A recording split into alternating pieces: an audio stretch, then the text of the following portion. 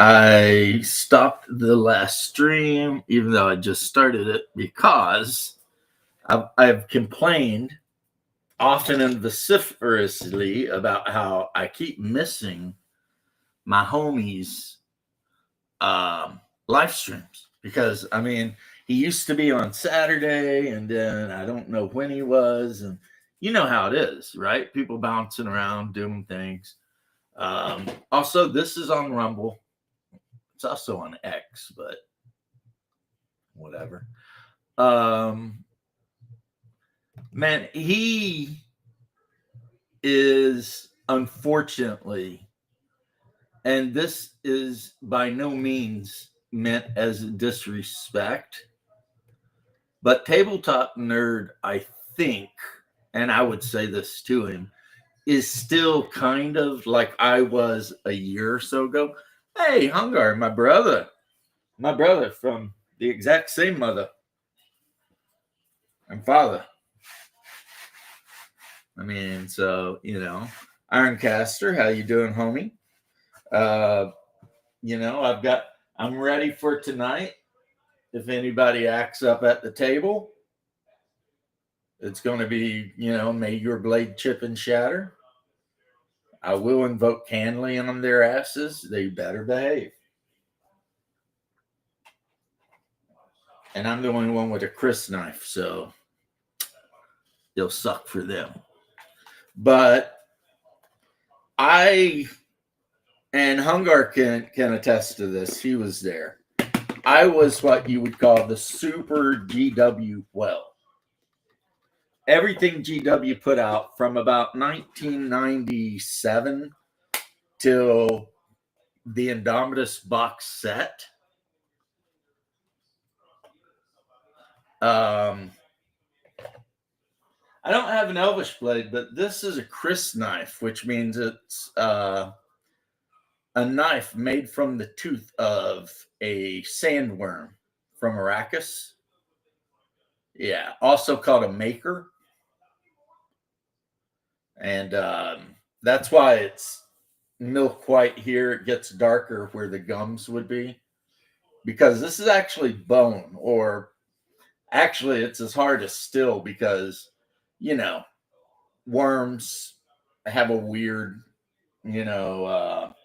metabolism and stuff, so their teeth, but that's from the movie Dune, when the guy, like, I think Duncan Idaho, he's like, may your blade chip and shatter, and that's kind of the salute they give. But yep, these are super valued by anyone who can get their hands on one, which is not a lot of people.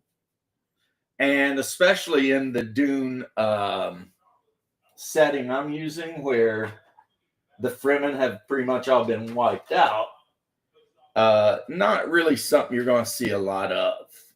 I just found this. It looks like a light cruiser. Yeah. Can't take a lot of hits, but they're good to have. So I have just put some really fine sand on these guys, and I may or may not paint over it. Probably will when I put the wash on. And then I think they'll be done. Maybe little highlights, whatever. Hey, James Lowry, what's up, homie?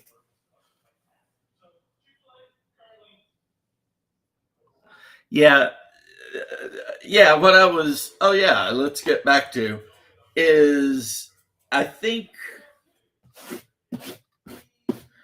Tabletop Nerd is where I was like a couple years ago.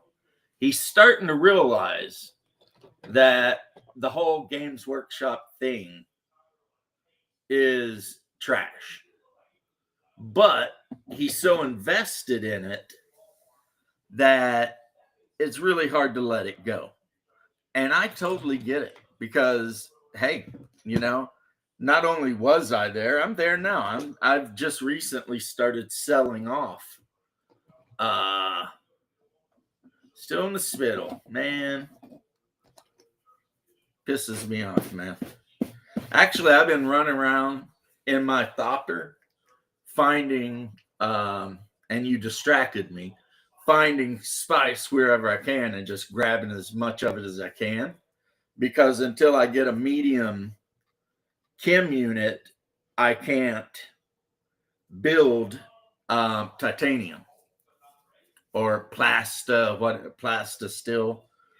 And I would really like to be able to build that so that I could build some higher end weaponry. But so I just fly around at random, and if I see a purple circle on the ground, land, hit it with my compactor, pick up as much as I can, and then leave. Generally seconds before the worm shows up. And I'm like, ha ha, you worm. I fly on out of here, right? So yeah, that's pretty much all I have been doing in game. I did make an assault thopter, by the way. I did get the parts from Warren and make an assault thopter. So I now have a ornithopter where other people can cruise around with me, which would be cool if somebody wants to cruise around and just do research bases and get all of our research stuff out of the way. You know, plus it's got cargo containers on it. But going back to Holy Diver, I think this time in 2 years, by this time, he probably will have completely given up on Warhammer. He's just at that phase right now that I was at, and I recognize it. And I'll tell you what, man, breaking up with Games Workshop is like breaking up with a girl you really love, you know? Because Games Workshop, they pull you in with the lore. I mean, who doesn't love the lore of Sanguinius? I mean, it's literally the Archangel Michael. And he leads this like unit of like crazed barbarians that the Emperor really planned to have killed. And then at the last minute decided to not do that. Thanks to Sanguinius. Because Legion 9, originally before Sanguinius came into the picture, they were used for ground assault only. And they were known for their berserk bloodlust and their lack of taking prisoners. So their armor was just painted gray with the Roman numeral 9 on one shoulder pad. They didn't even have a unit insignia. And the Emperor had already made plans that at some point that whole legion was going to get exterminatus because they were just a little bit too wild, for shit going on. But then Sanguinius shows up and he takes on the legion, and the first thing he does is split it up by company and send a company of their men to fight alongside every other legion. And then when those companies come back after a year or two, all of a sudden, they know the hit and run tactics of the White Scars. They know the defensive how good the Imperial Fists are at what they do, etc. Right? And because their gray armor was so often covered in blood, so a lot of times they never washed it, which also tweaked out the other legions, because you got these guys coated in blood and they're just like walking around like, yeah, F it, right? Sanguinius kind of taught them to appreciate poetry and art and, culture. And by the time he was done with them, they had become the Blood Angels we all know and love. Painting some Blood Angels right now, bro. I don't want to be like that guy, but I've painted 500 Blood Angels in the last couple of years. But I only do 30K. So I know you've seen me reach under my desk and pull out the thing and show you all my Mark III and Mark IV Blood Angels and with the shield and the gun and all that sort of thing. I know I've showed it off, so I'm not going to bother right this second, but me and my brother bought the book, Rogue Trader, and there was a page, in Rogue Trader. It was black and white, but it showed all the Primarchs. And so this is like 96 maybe, right? And my brother immediately was like, Lionel Johnson. And I'm like, you're going to pick Lionel Johnson? He's like, yeah. And I looked at the other ones and I was like, Sanguinius, Legion 9. And he was like, cool. So then we had all those little squat beaky Marines they used to sell. And we just started painting them bitches up. Of course, back then, Dark Angels were painted black. So, and if you're playing 30K, I suppose you would paint your Dark Angels black. In 87, yeah, Omanal, I'm not saying you're wrong. I'm just saying I didn't know about it until about 90 something. Yeah, those squatty little beaky Marines, the Mark VIs. And they were horrible because when they released the Imperial Guards, which were also squatty, the Imperial Guards were as big, sometimes bigger than the Space Marines. It was actually, we didn't care. We just played the game and loved it. Even though the game back then was really weird. There was a lot of weird shit involved. Like Meltaguns did like, an AP of like something plus 1 die 10 plus something else. And I mean, it was pretty crazy, second edition. But I remember when they released like the Mark 7 and the Mark 8 guys, and they were only in metal. Oh, man. I was so freaking... Well, my comic shop had never got them. Yeah, see, because you were in the Navy, you were up by 1701, right? But you have to remember, I was down here on the south side, and my comic shop was all about role-playing games. Any role-playing game you could think of, they had, but they just didn't carry war games very much. And then one day in like the mid-90s, whenever it was, I saw Rogue Trader on a thing, and I was like, damn, this looks really cool.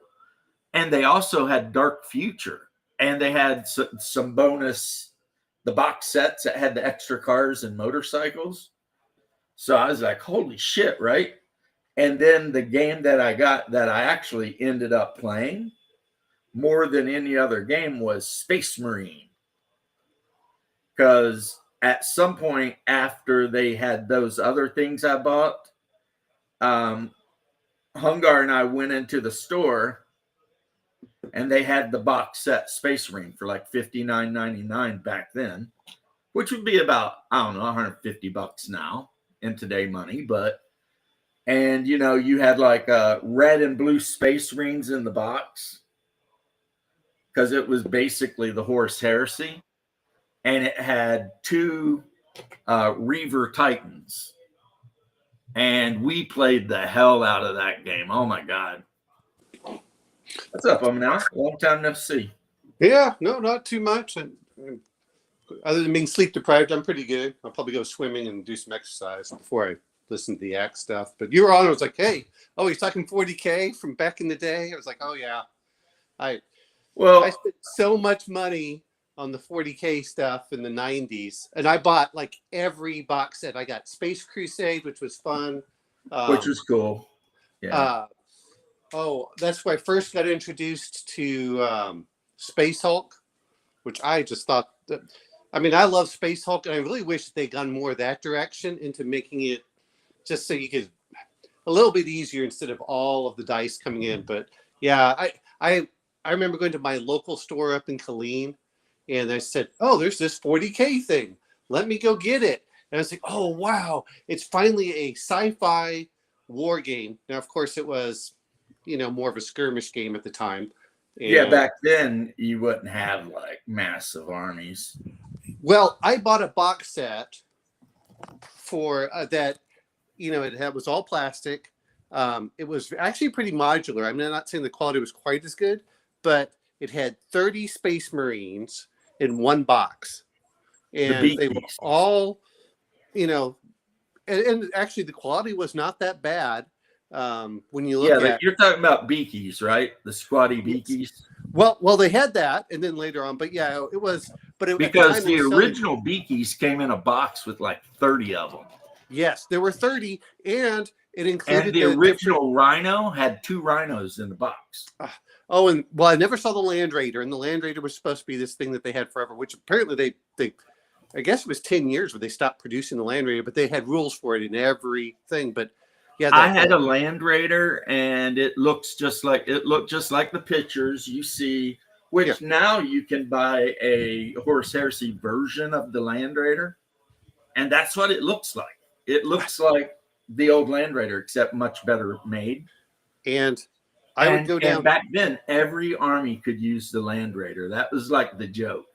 Yes. The Imperial Guard could use it. Orcs could use it. Chaos used it. It was like everyone got the Land Raider. Well, the original 40K, they actively encouraged you to make your own equipment. And, it was like, hey, use your Elmer's glue bottle to do this. And then you make it like this. Get an empty stick of deodorant, glue a plastic spoon onto it. Yeah. Find a couple bits laying around the house. Hey, look, you got a land speeder. Congrats. Well, it or also had take a cereal box and cut out these shapes and glue them together this way, or gobsmack them. I came from the first edition. When I look at it, and I guess the second edition came out, I guess in '92, somewhere around that time frame. But I remember going to Enterprise 1701. I'm like, oh, you got Space Crusade, which was where you were fighting against the Tyranid, I think. Yeah, it was the Tyranids, but you were all playing Scout Space Marines, and you're supposed to be going in, and of course they had the different heavy bolter.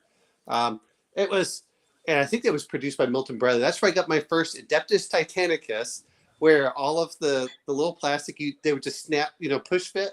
Well, that was the thing with like the original Space Marine, the Reaver Titans, right? They were push fit, and then all of the weapon hard points were also push fit. Yeah, so you could just take one off. A selection of weapons. So, like, depending on what you wanted to do from one bow to the next.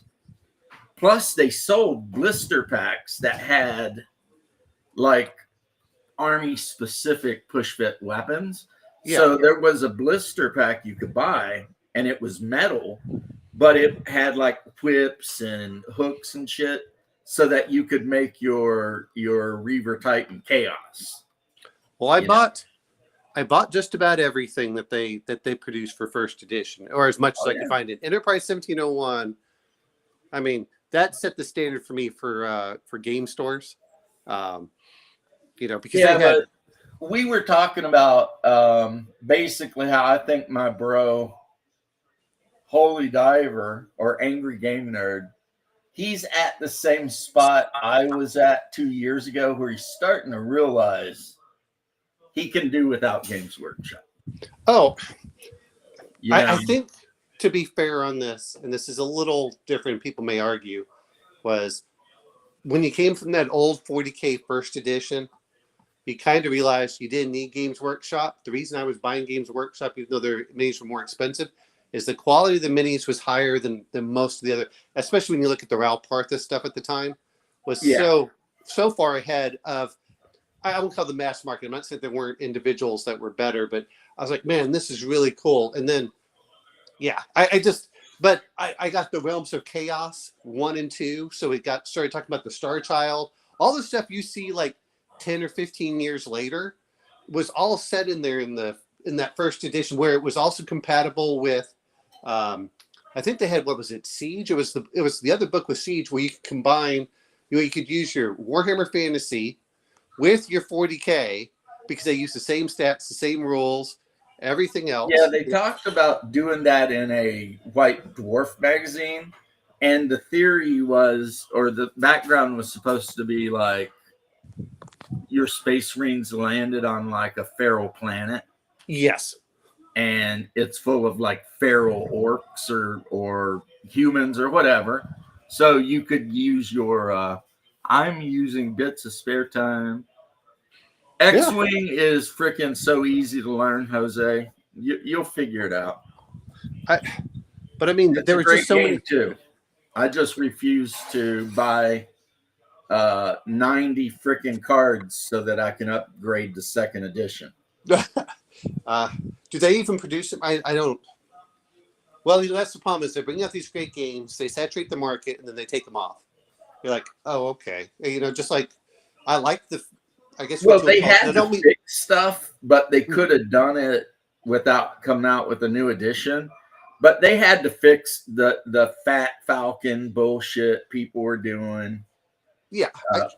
Which means you take the Millennium Falcon, and then you put like all of the heroes on it, and then you give it an ion cannon, and you basically create a unkillable freaking thing that just goes across the table mowing shit down. Well, and yeah, that was something they knew they had to fix that because it was broken as hell. And I don't know if they considered the TIE fighter block broken, but there was a way where you could just take normal TIE fighters because they were so dirt cheap. You'd end up with like 13 of them, right? mm-hmm. And then you could take a few interceptors if you wanted, and you spaced them in the table on such a way that your Space Force literally took up a quarter of the table's total space. And no matter where your enemy moved, you'd have like 5 TIE fighters at least that had line of sight. Yeah. And a lot of people were like, yeah, that's not cool. Come on, man. Well, I know everyone knocks editions. I always look at the first edition as kind of, or at least it used to be, was the beta stage. And I knew within about a year or two, everyone's going to exploit it and they're going to like, oh, we never expected this. So, I mean, I understand that. It's usually the second and third edition where it feels like it's a money grab to me. See, I would say that at least with 40K, the third edition was the edition where it become 40K. Yeah. Rogue Trader, I don't think they really had a freaking clue what they were doing. Well, and there were parts of that rule set that were like real head scratchers, like none of this makes sense. It's like a free for all. Well, but then second edition, they were still trying to figure shit out. They're using D&D dice and shit like that. They were doing and that then in the original third Rogue hit, Trader.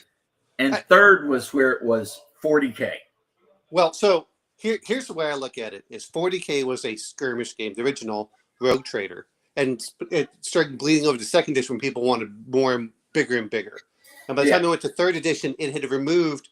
I mean, going up on Avalon Hill type games and things like that, 40K was the kind of game I wanted for small skirmish battles, and I was like, that's great. But the problem that I had with it is when they went to the newer model, they instead of trying to streamline everything, they streamlined some things and took away all of the flavor that I kind of liked in the, in the personal aspect, which was, hey, guess what? The original Rogue Trader in the back, they had, I think it was, you were supposed to have 10 Space Marines against 16 orcs. And the orcs were wandering around the city looking for, they were looking for treasure.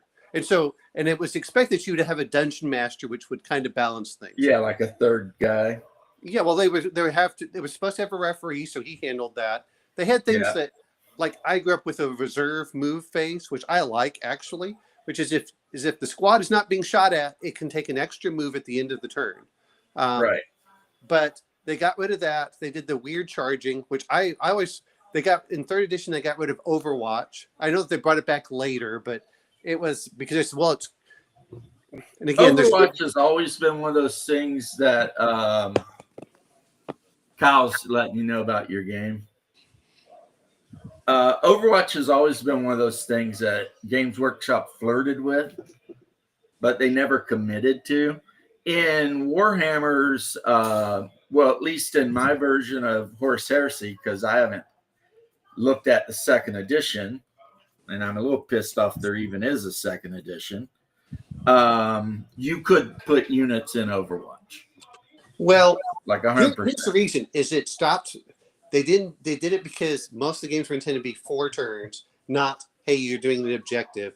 Yeah, I mean, like I said, it became. How do I want to put this? It became a competitive tabletop game and not a war game to me, because it removed a lot of the. What I again growing up on actual, hey, this is how, real war games like Avalon Hill and everything else. It's like, yeah, if you're being shot at, you're not moving forward very easily. That's to be expected. And if you charge, you're going to get, which is part of the reason that the Space Marines had such great armor. But yeah, it got so bad. I did do one thing though, is I decided to play with the original first edition 40K rules, Gene Stealers against Space Marines. And guess what? The Gene Stealers just clobbered the Space Marines and terminated. Well, I mean, you're talking back when Gene Stealer claws ignored armor. No, I'm not. So it was like there was that era where Gene Stealer claws just ignored armor. No, and they would run up on Terminators and just eat them alive, and you'd just be like, "Really?" Yeah, but they had armor. This was intended. Yeah, but that's not first edition. First edition, the Gene Stealer claws, they reduced some of the armor. But the thing is, they had 2 wounds. So you did 1 wound to the Gene Stealer, and then it would just run right through it. And then it would do a ton of wounds to you because they had like a shit ton of attacks and a high initiative. Yes. Well, they had the attacks. You go through and at the time it was, I forgot what their armor was. That they had the normal armor, but you rolled 3 dice instead of 2, and you took the lowest, the highest 2 or whatever it was. They still tore through my Terminator, and so I'm like, what the hell? Anyway, but yeah. But they had so many of those great games that were just intended to, hey, guess what? You buy the box set, you take it home, and you play. I was just telling Ollie Diver that the last Games Workshop game I've played was Manowar. And I might have a Battlefleet Gothic game coming up. Might. Oh, just for fun, I have so many Imperial battleships. I have every model. That is a big ship. I mean, these are big ships. Metal, right? No, this is 3D printed. They don't make these anymore. Okay. I was used to the old ones, but yeah, I think that looks much better than their metal. They're identical to the actual ones that they made. Yeah. And this is the model. I forget what class it is, but it has nothing but lances all over it. Okay. So it's got 16 die on attack with lance weapons, which that's pretty rough. The bad news is that, it's slow. It can never do the come about maneuver. It's just a big freaking thing loaded with huge ass laser cannons. Oh, but the other thing I'm kind of working on right now, for no reason whatsoever, is I decided to paint some of these. Okay, which ones are those? That is a Star Frontiers Universal Planetary, United Planetary Fleet. Oh yeah. Oh yeah. No, I loved Star Frontiers for some of their stuff. Again, I grew up on war games with chits, which is why when everyone talks models, I'm like, look, I grew up on chits. I have no problems with chits. Put something on the board. When I was young and didn't have any money, I was like, oh, well, I would love to have minis, but I'll just use, I'll just do the cardboard cutouts. Well, my jet fighter's taking off real quick. Oh, okay. It's a Roomba. What was it? Nighthawks box set. Yes. It came with the map and all the chits for like every kind of starship you can dream of. Oh yeah. And you could play out some really cool battles, and the combat was good. And I liked how when Zebulon's Guide came out, they added that 4th primary skill thing, which was space. No, Yeah. that was in Nighthawks. Well, But they to be added space. So now you could have a character that was like specialized as a pilot or a gunnery or whatever, you know? well, they had that in Nighthawks. I remember Nighthawks had its own XP system for some of the Yeah, stuff. But Nighthawk added that skill. yeah, it was the reason I did not like Zebulon's Guide, and in retrospect, maybe this is just because I liked rolling all the dice, and they did the phase rip system, which Yeah. completely went against, you know, there's something to be Well, said. yeah, because instead of saying I'm going to burn 5 charges on my las cannon, hit somebody and do 5 die 10 damage, it was like you got a yellow result, which means you did 5 damage, blah, blah, blah. It was like, Yeah. no, I got no time for this shit. This can go away. I mean, some of the skills they added and stuff were cool. I could see monkeying around with them. None of the races they added did I think anything of. I thought they were all dumb as shit. I liked the ones that were there were like 2 races in there that I liked, which was I didn't mind the fact they did the mech tons or whatever, and then the intelligent machines. Then the other one was I didn't mind the ones that were the weird. They had the super long legs and could do all had different sounds but looked all the same. I forgot what they were called. Yeah, they were like walking on land octopi. They were no, that was the other group. Except they had fur. There was the little Ifschnits, which I did not like. Which the Ifschnits, which were basically like, I don't know, some kind of halfling or something. Yeah, I didn't like those, but there was one of them that was kind of I mean, I know the one you're talking about. Yeah. It was the multi-legged weird thing. Yeah, it was almost like Mr. Copeland. What's up, Mr. Copeland? I hope things are good. Oh, to get on Pork Orc Child, it's technically 5:00 Pacific time. But yeah, I mean, I grew up on a lot of these sci-fi games, and I never saw Traveler until I probably went to Enterprise 1701. I mean, there were certain games I just never saw, and I was always looking for a good war game. I actually like 5 Parsecs from Home, and the rule set for that solo stuff. And they have a what's it?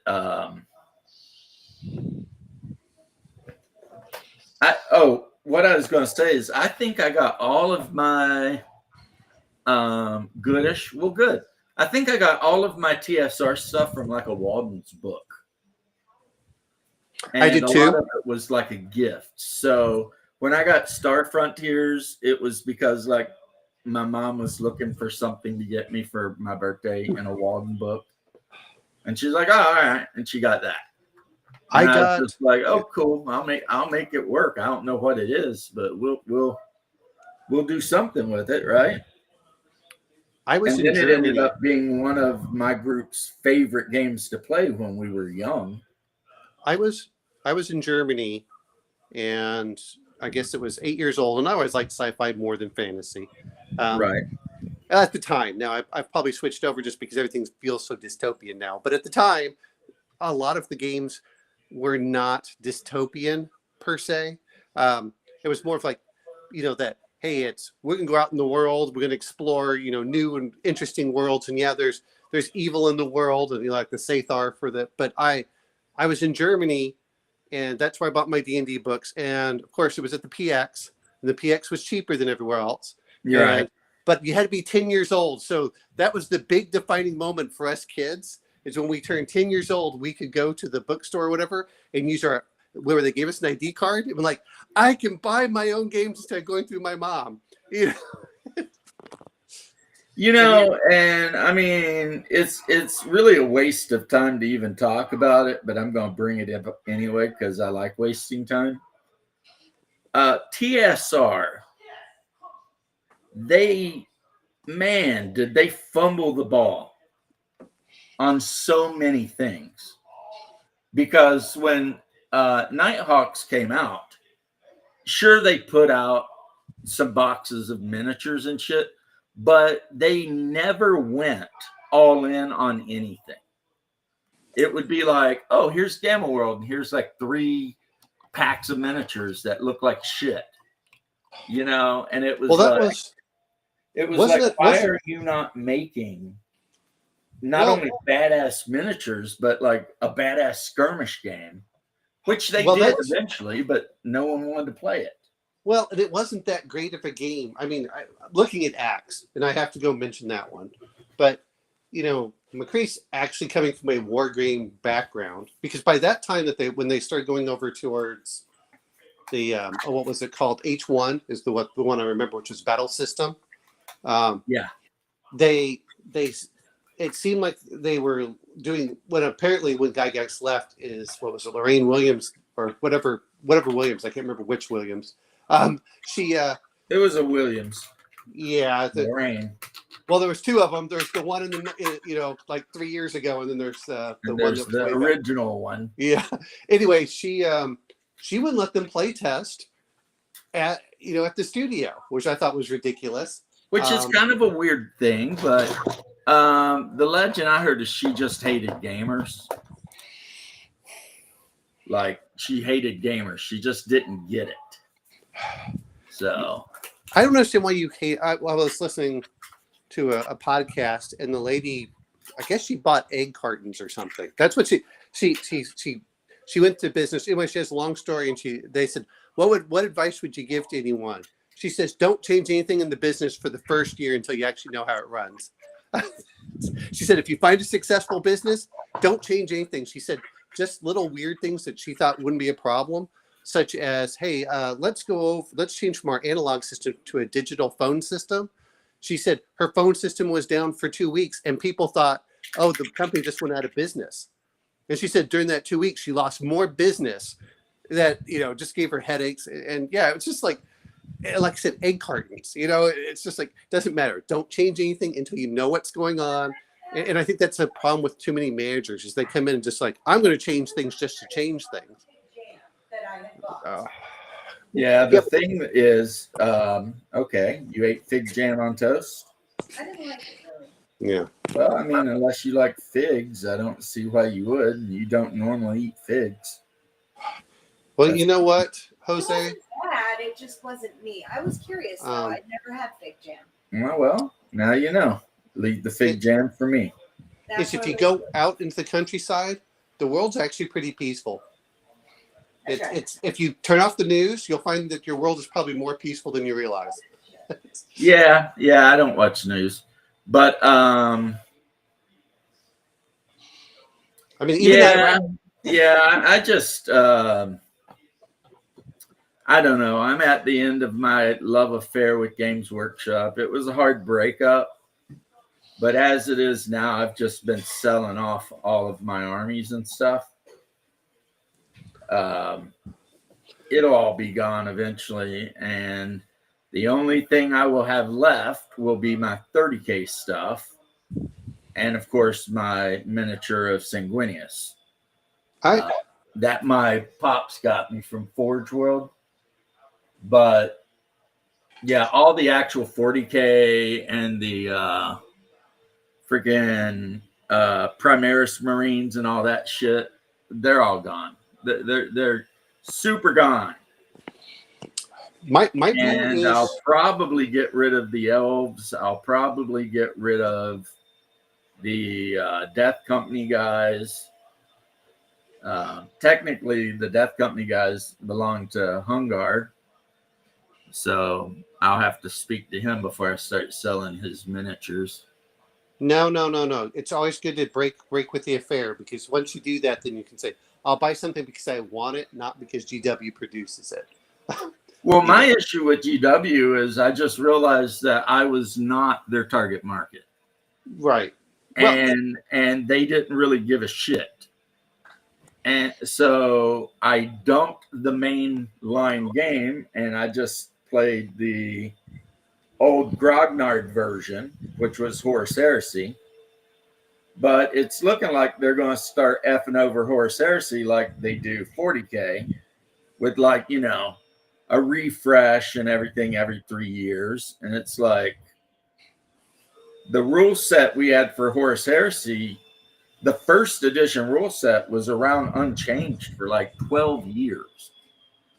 And then they came out with second edition, which was pretty okay. It was based on seventh edition, the second edition Horus Heresy. Yeah. And now they've got a third edition, and it's like, why are you doing this? You know? Well, and again, because Horus Heresy really is for guys that don't want to be bothered with 40K. We don't like all the bullshit. We just want to put together our legions and duke it out, you know, with the evil legions. And since I think they made some money on Horus Heresy, now they're getting involved with it. But there's apparently some big thing. They released the Saturnine dreadnoughts. Okay. And they're the dreadnoughts that have like the super big shoulders. Yeah. And no one bought them. Well, here's the thing that. And it was like, wow, that's kind of weird because usually if 40K puts anything out, you know, people like me would buy it. Well, but they put out those Saturnine dreadnoughts and like no one was interested, you know, they're just like, nah. So I guess it was probably 10 years ago or so. I was watching someone go over the economics of Games Workshop. And the assumption is that the average player will burn out in 5 to 7 years and won't buy any more product. And so they don't, I mean, that's just what their model is. And so, you know, when everyone's complaining about the cost and stuff like this, and I really think the future's in licensing, is licensed to someone. It's just like the. Well, that's what they're doing. They're just licensing to everyone. Everyone and anyone. There's a MOBO game. There's freaking, you know, they do video games. They're possibly doing a series, you know. But I was like referring to Cubicle 7. You know, they have put out a lot of books for 4th edition Warhammer Fantasy. And, you know, it's like, well, okay. You know, and then after so many years, even if they don't change the rule set, what's funny is they'll take it back and then you can't get it for like 3 or 4 years and then they'll sell it off to someone else. The license, and they keep reusing the same rules in most cases. But I'm like, okay, fine. But I also saw where they were showing the profitability, but I think Games Workshop, at least from my perspective, before they went public, was really innovative. I thought that they did a great job on appealing to wargamers and things like that. And that's where I noticed that when they went public, that's when they brought out the 3rd edition, which encouraged you to buy these huge armies. And the problem I had with it is the real world tactics went away altogether. You didn't, you know, if you look at it and you see this in the competition stuff, I'll put all of my guys behind this one building, you know, like, no, that's not how things work. You know, just the ridiculous things I saw in there. Well, about plus they added so many armies. This is something that Angry Tabletop Nerd mentions, and he's 100% right. They added too many factions. And the other thing they added, which I don't think ever should have been in actual normal 40K, was like fighter crafts and bombers and shit. Yeah, that should be their own game like they did with Aerotech. You know, with because 40K is supposed to be, you know, like your platoon versus a horde of orcs or something. Yeah, exactly. So now all of a sudden you've got like fight Obamas and freaking Imperial fighters whipping over the battlefield. And the thing is, either one of the things I mentioned, which the Orc fighter bomb is just a MiG-19, they would go over the battlefield so quick that you would never even know they were there. Kind of like how in Flames of War, you can take air support, but then you have to roll and see where it comes in, and you have to decide whether it's going to bomb or strafe something, depending on what air support you got. And yeah, it's just like, don't care for that. So the fighters should be out. They should have the factions, just right off the bat, have them. They need to get rid of the whole codex system entirely. Well, yeah, but see, we're looking at it from a player standpoint. When you start looking at business standpoint, I understand why they're doing all this stuff. Again, Right. there are two different groups. I'll say what I really liked was what was the one where they had Renegade Legion. I really liked Renegade Legion, but they had different games for different levels. You had the tactical skirmish level, and then you had like the strategic level, and then you went to the giant operational level. So even their Well, yeah, at one point they added in what's it called? Damn it, I forget, but it's the one where you bought like your space marines. It was like 5 of them was a unit. yeah. And you could bring in titans and shit. And that version of the game actually saw a little bit of popularity in my area. Adeptus Titanicus to me was great for the, like you said, I remember playing Adeptus Titanicus first, and they came with the cardboard buildings and the push fit, which again, to me, it really Those cardboard buildings were so awesome. But it was intended for you as a player to get your friends together, and then you could always upgrade to the better models. Don't get me wrong, it was always like they sold the metal ones. So if you but I'm wanted to saying, go but out in and the get box, or whatever, you could do it. I mean, but in the box, it was intended that guess what? I can buy the box just like Space Hulk. I can buy the box with my friends, and we can play. And what has amazed me about the Space Hulk is, as popular as it is, I have somewhere, and I'm sure that the cardboard's destroyed now, but the Gene Stealer part, the Death Wing, and that's where they first introduced the Grey Knights. But I was like, they did the card game. I was like, why didn't you adapt this into the bigger stuff? Because man, those games ran so much faster than their current rule set. It was like, roll this, okay, Well, because one thing about Games Workshop, which also started out as Citadel, yeah, they were never a game company, and they'll tell you that. And they used to tell people that we're not a game company. We make games specifically to sell miniatures.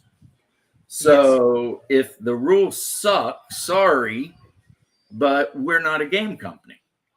Well, and that was their excuse for the longest time.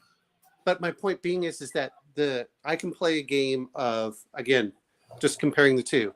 I can play a game of Space Hulk very quickly, but I can't do the same speed with the current rule. Well, to be fair, I haven't looked at the rule set since like 7th edition again. Because every time I buy the edition, they come out with a new one and change up all the rules again. I was like, okay, I'm done. Good thing about Space Hulk is it could be played solo. It could, but again, I could buy tons if they would migrate the rules over so it was just one roll instead of doing all these multiple rolls. Like, hey, roll to hit. Now roll for your armor. Now roll for toughness. That's like pretty much too many rolls. One or too many rolls. The heresy you are speaking is making me want to get out the heavy flamer. Well, that heresy that I speak of predates just about everything, But again, Space Hulk is much faster to play. Older is not always better. Yeah, but again, we're using their old rule sets, so you can bring it your flamer all you want, but I'll just watch you explode when someone hits it. As you self-destruct. That's actually a meme online. I did that one. Heresy. Bring me the flamer, the heavy flamer. I'm just thinking of the assault cannon that had the chance to explode. Because in Space Hulk, you could use the heavy flamer to flame a room, and you put down all the flame tokens, and it could make it where like Gene Stealers couldn't get through that room because, but you only got like so many shots, like 3 shots. You had that one. I still love the assault cannon. Cannon. I mean, really, I think the Terminators basically came out of Space Hulk a lot of times. Hold on, let my MiG-19 calm down. Okay, but that's what I meant is if you could do it just to speed up the game, then guess what? I don't mind having armies of 100 on either side. But Yeah, but you know what, Omanal, we are talking. You and I are in a conversation in which we're both talking about entirely different subjects. oh, That is the thing. Yeah. Is like I'm talking about how a good buddy of mine who I've been, following, talking to, sending mail. I've got his phone number, the whole 9 yards, is about where I was a year and a half ago.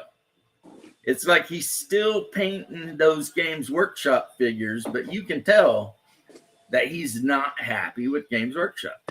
So I was just commenting on, will he be where I am in a year and a half?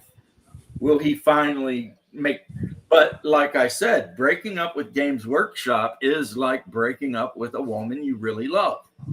Yeah. Because every other month they're coming out with something that's probably completely awesome. And you probably really would like to have it, but you're like, who would I even play with? So what's the point, And it's like, so the whole situation is just stupid. Yeah, And Games Workshop, like you said, is trying to sell to hobbyists and not so much war gamers. The war games will help increase their sales. Like until my son stepped on all my boxes, looking for something. I put a bunch of stuff and he tore up my boxes and he stepped on them and crushed a bunch of my towel. Towel? Well, then that's a good thing. F those towel.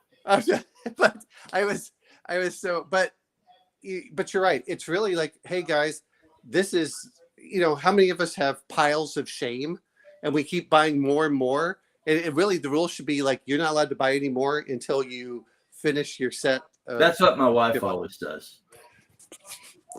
It's a good policy because one is they'll force you to actually paint your stuff, which I know you're doing anyway, but a lot of I paint like 50 things at a time. Yeah. Like this is a 3D printed communicant. Okay, cool. For Trench Crusade, which you can only get these 3D printed. He's got a giant Orthodox cross on his back. He's got his Orthodox cross on his front. He's got a Bible. He's he's part of my Byzantine trench zealot army, which is pretty cool. But I ignore everything that the company that made that game says because they are so retarded. I'll show you another thing I should be very proud of. Oh, not counting the red guys on the top. That is my 100% completely painted Ironborn army. Cool. And the leader of my army is not Aegon or whatever, his Euron. It's his older brother. Okay. Euron's older brother. What was his name? But I've also got Asha and Asha's friend on here in one of the units. You mean the Greyjoys? Yeah. Yeah, these are the Ironborn, the Greyjoys. Yeah. I do have a unit of silent men, which, I could throw Aegon in, but I like the brother better because he was just a lot less of a dickhead. Aegon was just the absolute worst. Like he used to kind of, SA a young boy that, and of course I had to get this guy painted ASAP. Oh, okay. Yeah. You know who that is, right? No, it's been a while. It's Gregor Clegane. Oh, okay. Yeah. The mountain that rides. Yeah. No, I've got him on horseback too. But like he is an independent unit because this game is unit based. 4 cavalry on a base is a unit. Okay. X amount of infantry on a base is a unit, right? Yeah. Gregor Clegane is his own unit by himself. So, but yeah, I painted up a whole army, and these red guys are, of course, Jamie's bunch. Okay. Casterly Rock. Yep. Yeah. So I need to get them painted up. And on top of that, I've got a completely still in the box Stark Army. That's a good game though. I've played it with the unpainted versus my painted. It's a good game. It really is. It's pretty much a great game. Well, I think that's the problem is you can either get a great game or you can get a commercially viable game, but rarely do you get the two together. Well, this is Cool Mini or Not. Some people Yes. call them Simon. They're not going anywhere. No, actually, they're owned by Asmodee, and which Yeah, that they're also not owns going Miniature anywhere. Market and Edge Studios that does the Star Wars and the Legend of the Five Rings, and the Yeah, others. they Fantasy like Flight. over there. I've got Assault on Dune Okay, and Dune Imperium, the board games. yeah. And for Assault on Dune, I've got the Spacers Guild and the Smugglers. Oh, so you got the whole thing. I got everything for that. Oh, okay. You know what? Do you have the giant sandworm painted? No, I have not even really opened those up, even though, according to me watching YouTube channels, they are playable solo. It is, yeah, but I was just looking at because I really, that Kickstarter exclusive. You got the giant sandworm. I'm like, how could you not have painted? Um, I know, it's in there somewhere, but I know. the I'm just teasing Granddaddy you on Shai it. Halud, Yes. the Smugglers were the ones I'm most interested in Okay. because of the way they can be used by anyone, depending on how you spend dice. Well, And I kind of like that, the idea that there's this wild card unit of guys. Plus, in the game I'm running, which is Dune, I do have 2 players that are smugglers. Now, which system are you using for Dune? The one that Modifius made for it. Oh, the 2D20. What do you think of that? Because that was so different from all the other 2D20s. I think, and I need to actually make a video, like a real, like a on further review type video. Yeah. Because I complained that the game was too ambiguous and Yes. it didn't tell you anything, right?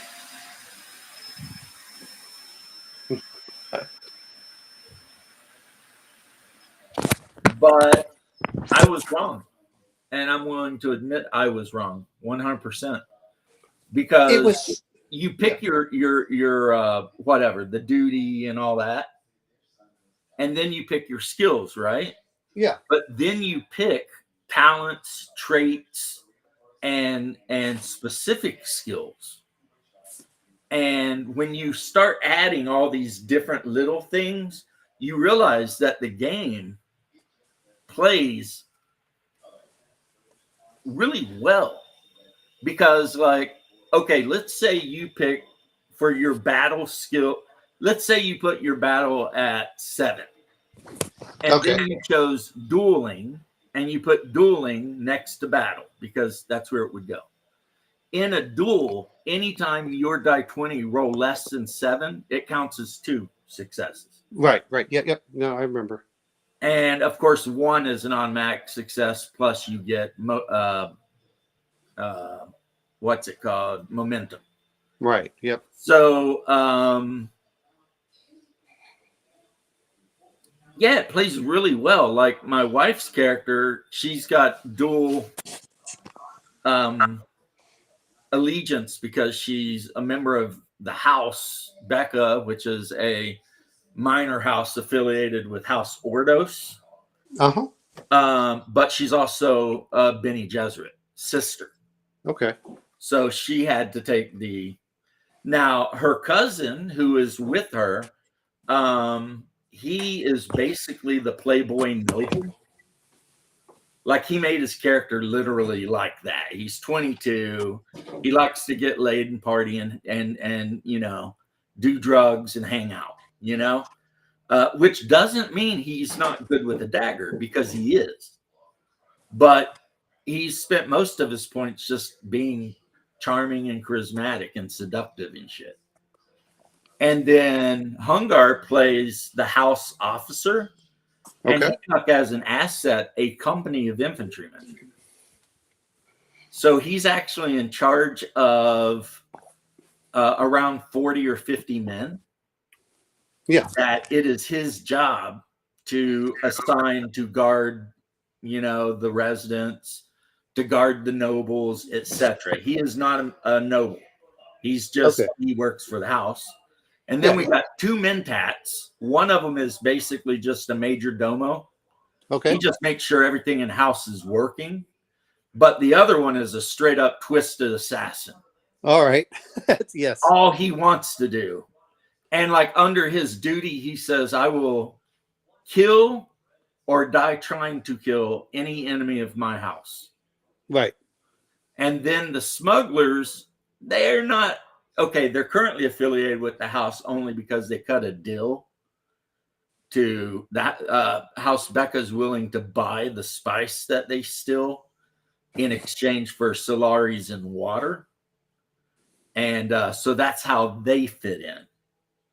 And then you got a couple of sword masters who are just there to train the men and guard the nobles. Because you got to remember, I've got 8 players. So okay. Well, no, I like I said, is I have the books. I bought it when it came out. It was so different. I didn't know how to. yeah, I thought it sucked. So well, I didn't know how to read it. The problem I had is it's more me. Sometimes, like you said, certain systems work better for other things.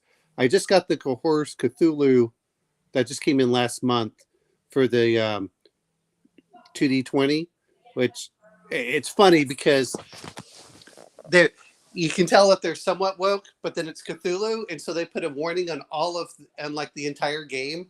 Like every time they have an adventure, it's like this adventure has body horror and blah blah blah, and then they like okay, like the era of virtue signaling kind of aspect. But I need to read it more thoroughly. It's like, just so you know, H.P. Lovecraft said some bad stuff. And never mind the fact that before he died, he recanted all the bad stuff. No, said that's he was what wrong to have said it. No, that's not what they're saying. They're saying stuff like, But I'm just saying how these companies do. Yeah, my view is. And they're all like, H.P. Lovecraft was a horrible anti-Semite. Ignore the fact that he married a Jewish woman, though. Let's see. This adventure features loss of bodily autonomy, body horror, and occult practices, religious conflict, assisted suicide, and violence.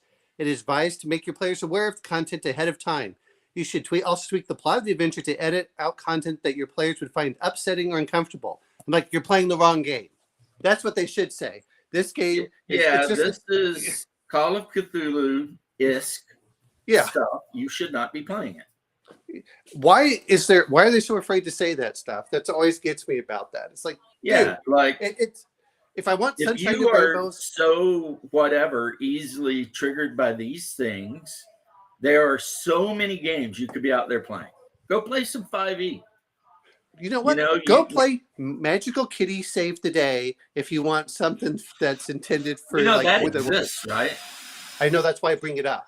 I know it actually exists. I was listening to that's a real thing.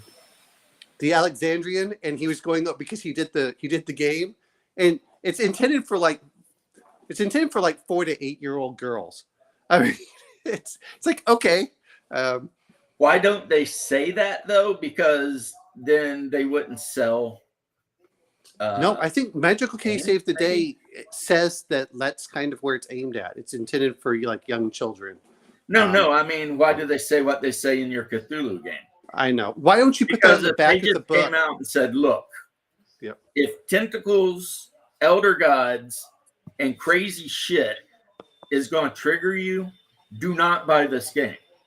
Do you remember? Because 90% of this game is the aforementioned stuff. Do you remember? You will not be happy with this game, so stop it. Do you remember White Wolf and their Black Dog Studios, which was Black Dog? Yeah, they gave you all kinds of warning if it was Black Dog. Well, but I went, okay, guess what? But they did on the outside. Once you read it in the inside, like, okay, I know I'm in. Again, it's the same thing. Like there's so many, like you said, there's so many role-playing games out there for everybody. Why do you have to put that in every adventure? I just don't. this is where I want to call it the bubble wrap generation, which seem to be the millennials, because my son's generation is not like this. Well, Black Because- Dog Studios would have a big freaking warning. I remember when I bought the Pentex book, and it had a giant warning right across the front. Yeah, I had Freak And it Legion. was saying, look, there's some really bad shit in here. And if you're not into all that, this is not the book you should be looking at buying. And I respected that. And I bought it and I used it because we played werewolf and we were adults. We were adults.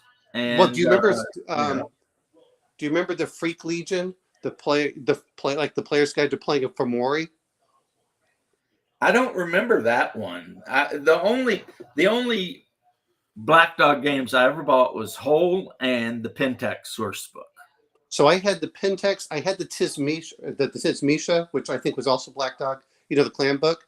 And then they had the one that was called Freak Legion, where you could play a Fomori. You know, which is just a spirit of the worm in a human body. It is, but boy, you got all sorts of. I mean, I actually I like that one because you could. That's the one we could do like real horror, you know. Yeah, it was the anti-werewolf game.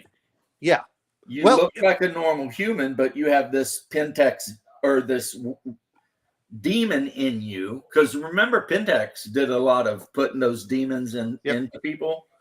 And so you had a body, a battle form just like a werewolf. And your battle form could be really freaking, body horror type shit. Like I used to play the werewolf card game. Yeah. And they had I bought the Pentex expansion, and one of the characters showed a shoe salesman on one side just standing there. And on the other side, he was vomiting up maggots on somebody, and the maggots were eating them. It was, and that was his thing. And I was like, "That's Al Bundy." Well. The other point was that when you had the Freak Legion, some of them could pass as human, but most of them could not, and so they get buried behind the scenes. Right. You know, so you had the different. Anyway, it had the ability to create whole characters for that, which I thought was actually pretty cool. But again. It's intended for I had the Black Spiral Dancers book too. Yeah, but it was intended for mature audiences. It said it right on the cover. I mean, seriously, you walked up and it said, "This game contains all the bad stuff." And they shrink wrapped it too, so you couldn't just flip through it. You know, if you buy it, don't cry to us because we're telling you right now this game has all the bad stuff in it. Anyway, but you know one thing about vampire players, and it's really common sense now that I think about it, though, Omanal. Yeah. We were all Gen X. Yeah, exactly. So, I mean, we saw the thing and we're like, well, you know, we'll give it a shot. And if it ends up not being for us, we'll put it back. And if people end up liking it, then we'll keep playing with it. I mean, you know, we were basically not only Gen X, but in our mid-20s. So we kind of had to survive, you know, on our own for most of our childhood anyway. So like vampire books were not going to scare us. You know, it's like, no, it was really, I watched The Evil Dead for fun. I mean, you think, the vampire book's going to impress me? Get the F out of here. Anyway, you James, know, I've seen The Hills Have Eyes. Yeah. You know, there's nothing in your Pentex book that I'm going to be like, oh my God. If it is, I'll put it away and say, well, it's trash and not buy it. I mean, you know, that's easy enough. Right. Anyway, I'm going to head off. I'm going to go swimming before I agree with you though, that a lot of just these, I don't want to like label a whole generation, but there are a lot of people in the millennial generation that are just freaking soft. Like 10-ply soft. I mean, do I think games that have horrid shit in it should put a warning on them? Yes. But these people are just unbelievable. You know? I know. Well, again, I just want to know what I'm buying. Like I said, Magical Kitty saved the day. It's not my kind of game, but if I had a little girl and wanted to do role playing, then I said, you know what, this might be the game for her. You know, games are for everyone. Anyway, James, I'm going to head off. I'm going to go swimming. Yeah, go get your swim in. All right, I'll talk to you later. It's good talking to you. Hey, it's good seeing you again. All right, man, take care. Don't be a stranger. Bye. All right, that was Omanal. I'm not sure, really, guys. Those few of you who are watching, I'm not 100% sure what me and Omanal were arguing about. I think that when it really gets down to it, excuse the crack in my voice, I've just recently started entering puberty. Omanal is just a Rogue Trader fan, whereas I am not a Rogue Trader fan because I found Rogue Trader to be like half a game. You know, some people would argue that's what made it awesome, though. And he's probably one of those. And there's nothing wrong with that. But to me, it was like, what the hell is going on in this game? You know what I mean? Yeah, Off Grid already took off, but, you know. So different people have, of course, different opinions on things. But back to my homie, I don't think it's going to be too long before he realizes there's better things he could be doing than, you know, mess around with Games Workshop shit. I mean, we all like to get a game in now and then, but, you know, never forget Games Workshop charged us $60 for 5 Space Marines. And they did it because that's how they price their shit. It's like if they think the unit's going to be really, really good, it's going to be really, really expensive. So those heavy intercessors were $12 each. And they weren't even really, really good. So, as a matter of fact, I'm one of those old grognards. I pretty much hate all of the Primaris bullshit.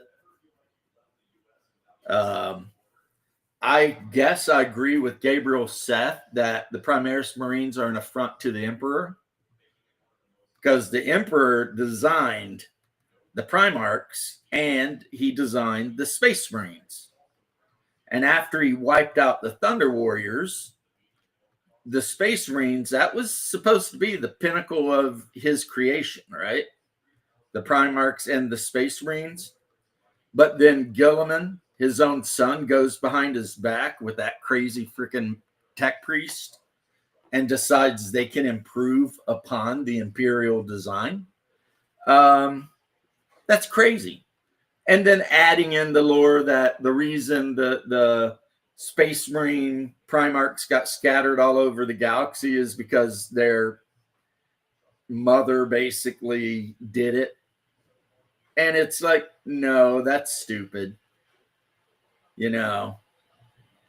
See, the problem with 40K is people love the lore, but some of the stuff that comes out in those books is just like so counter to the original lore of the game that it's just like, you know, are these guys writing a book set in the same setting that, you know,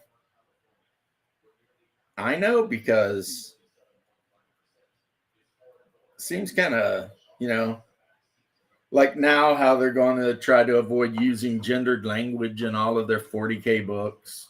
And they've already done it in one, because apparently a Precepts or something on a Titan wanted to be called them, they. And it's like, that's pretty weird, you know? That's not a good thing. Hey, there's Marty Robbins. Hey. Well, James, I found something out. You find something out every day. Yeah, well, this one's interesting. The Earth is made of 70% water, right? The what? The Earth. How much is covered by water? I don't know, but It's quite a bit, right? you could never judge how much of the earth is actually water, because there's more water contained in the porous stones under our feet than in all of the oceans combined. Fair. Fair. Well, let's just say this. And all of that is uncarbonated, right? Right? Then the earth is flat. Right?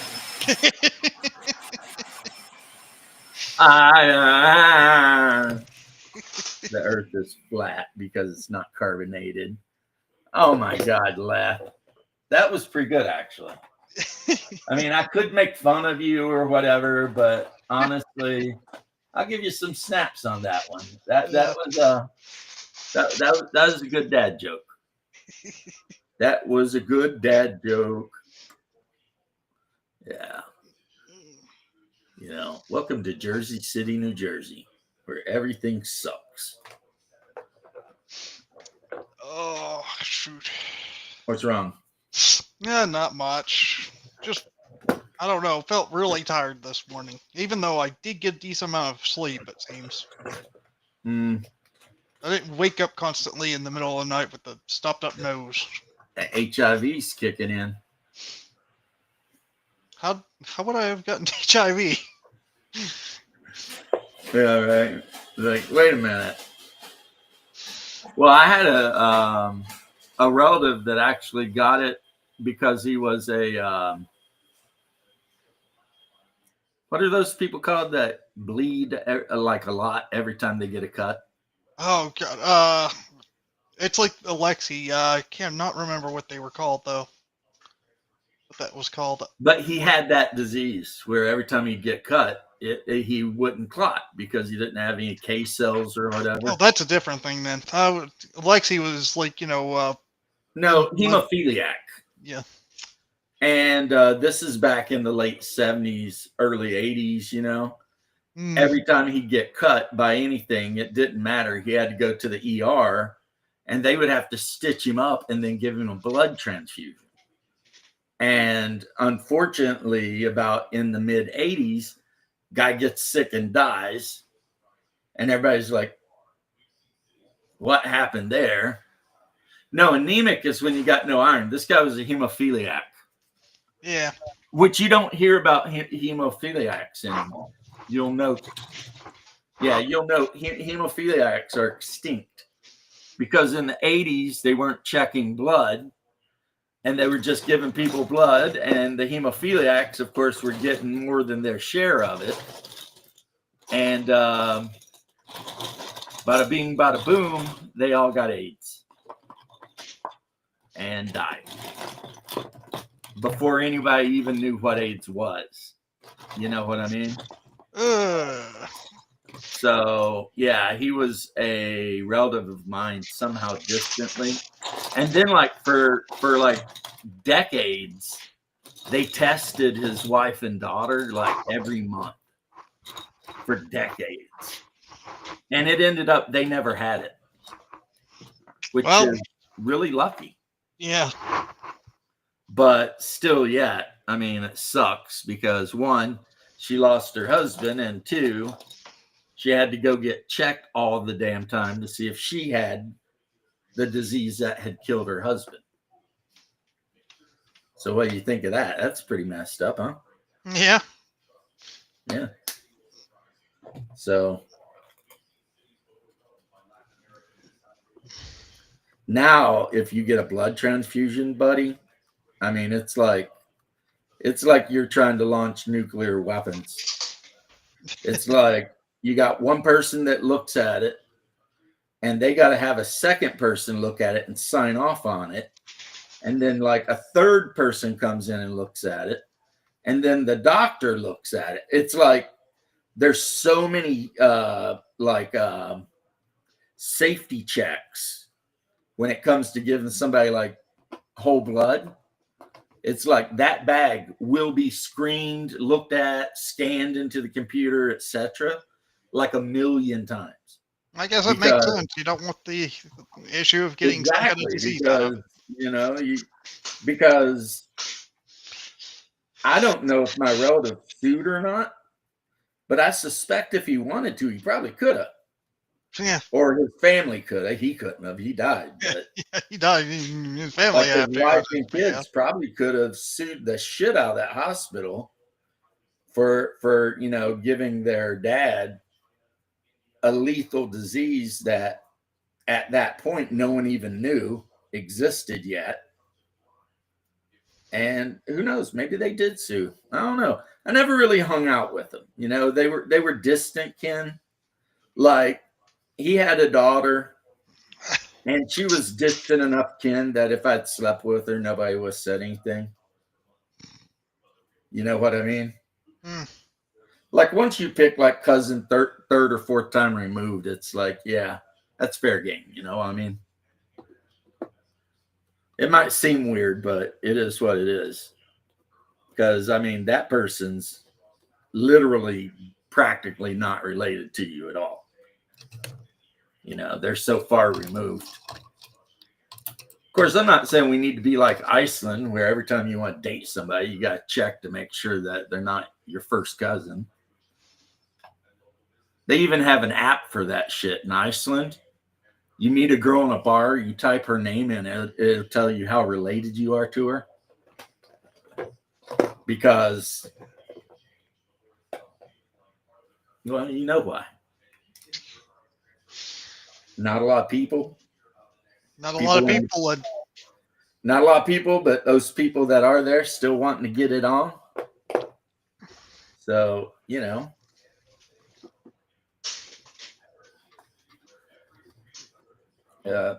so in Iceland, you can marry a second cousin, but not a first. Hell, I think in the United States, you can marry a second cousin.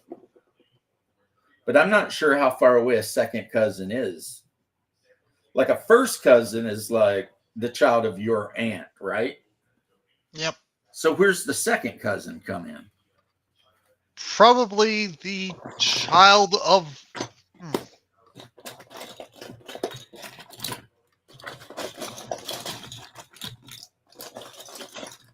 Well, maybe it's like the child of your grandparents' sister or brother. Yeah, it's weird. Like, all of my nieces and nephews just call me uncle. Because it's easier, Yeah. When they come visit, they're just like, uncle, And in my family, basically anyone that's older than you by like a lot, it's your cousin's kid. Okay. Anyone you're older than by like a couple of decades becomes uncle. That's just how my family does. Even if they're not actually related to you at all, they can still be uncle. Like if they hung out and helped you learn how to fish or helped you work on your rifle or something, they can become uncle. Because with us, uncle is just a term of respect. You know what I mean? Yeah. An older guy that helps you out and mentors you in some way, he becomes uncle. Something. You just hope you don't become creepy uncle. Right? Get you rooting around in your underwear drawer or something. Be like, hey. Don't be Joe Biden. Yeah, don't be Joe Biden. Don't be smelling nobody. Ain't nobody here down with all that sniffing shit. You can go ahead and get that out of your mind. But my wife's in there listening to one of those AI stories. I can't make fun of her because I have to admit that I do it too. AI stories? Yeah, the AI stories, the ones that are like, the aliens thought everything was going to be great until the humans showed up. The aliens thought they could easily conquer humans, and then, no, the humans kicked their ass. Right. Humans are space orcs on Death Yeah, World. the humans are basically like, there's a whole channel, and the channel's thing is, welcome to this channel where humans aren't the weak gut things. They are the apex thing, right? And every story is about either humans just cock slapping the shit out of some alien race for something, or impregnating an alien woman. Those are the two stories the AI creates. I The like guy has, it's like the humans showed up because they heard a distress call and then inadvertently, accidentally, completely destroyed an alien empire somehow. Or they moved to some moon with some alien lady and had 5 kids. And the alien ladies always look the same. They always have like light blue skin that's slightly translucent, or not translucent, it glows. Yeah. And big amber eyes and almost elvish features. And eventually he wins her over. And then, you know, the next thing you know, they're talking about how pregnant she is. And it's like, okay, all right, go humans. I found 2 that was pretty good. One didn't have humans in space yet, but these aliens studying them. Just like, oh, what are they going to be like? It's like they're just primitive backward aliens. And then they read everything we've done, and they're like, we gotta, I don't know what we should do. This is terrifying. Yeah, I read one where like the aliens hired some Earth people to go to a planet because the planet was classified as like a level 2 death world. And the thing was is that Earth was classified as a level 3 death world. So they're like, we can't go because we will die. But we can get humans to go. And that is what they did. They got the humans to go and they went. And humans found it as paradise. It's like, this is a death world? I thought this was going to be terrifying. No, this is easy. Or when you read the ones where like the aliens find out that humans keep cats and dogs for pets. And they're always freaking out. They're like, this race keeps apex predators for pets. And you know, because apparently Earth is the only planet in the whole galaxy with our gravity that developed intelligent life.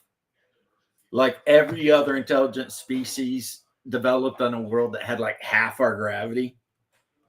So to them, when they encounter us, we're so dense as far as our anatomy and tough and strong that they just don't know what the hell to do about it. You know, it's like, yeah, they're like, we have these firearms and the humans ignore them. And we have this poison and the humans seem to drink it for fun. You know, and they're just like, we don't know what to do with these humans.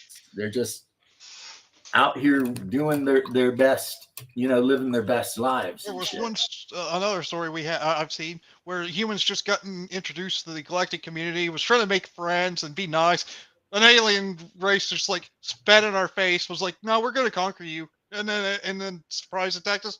After that, humans were like, went from like 50 underpowered ships compared to theirs to like 250 ships that were just like way stronger than theirs. And they're like, yeah, last night as I was going to sleep, I had a show on, and like this alien race sent a fleet to raid like a human colony, and they got intercepted by like one human cruiser. It wasn't even like a battleship, and it took their whole fleet apart.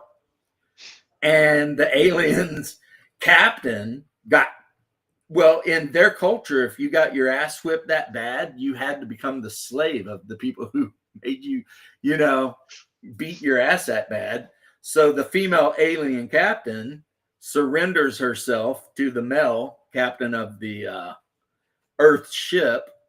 And then they start this whole thing where she's like, how did you do this? And how did you do that? And the long story short was that these aliens were super perfectionists, and the human knew. So he knew every maneuver they were going to do before they did, because they studied them, which meant the humans were doing all the shit that they didn't expect Plus, somehow or another, the humans had much more deadly weapons.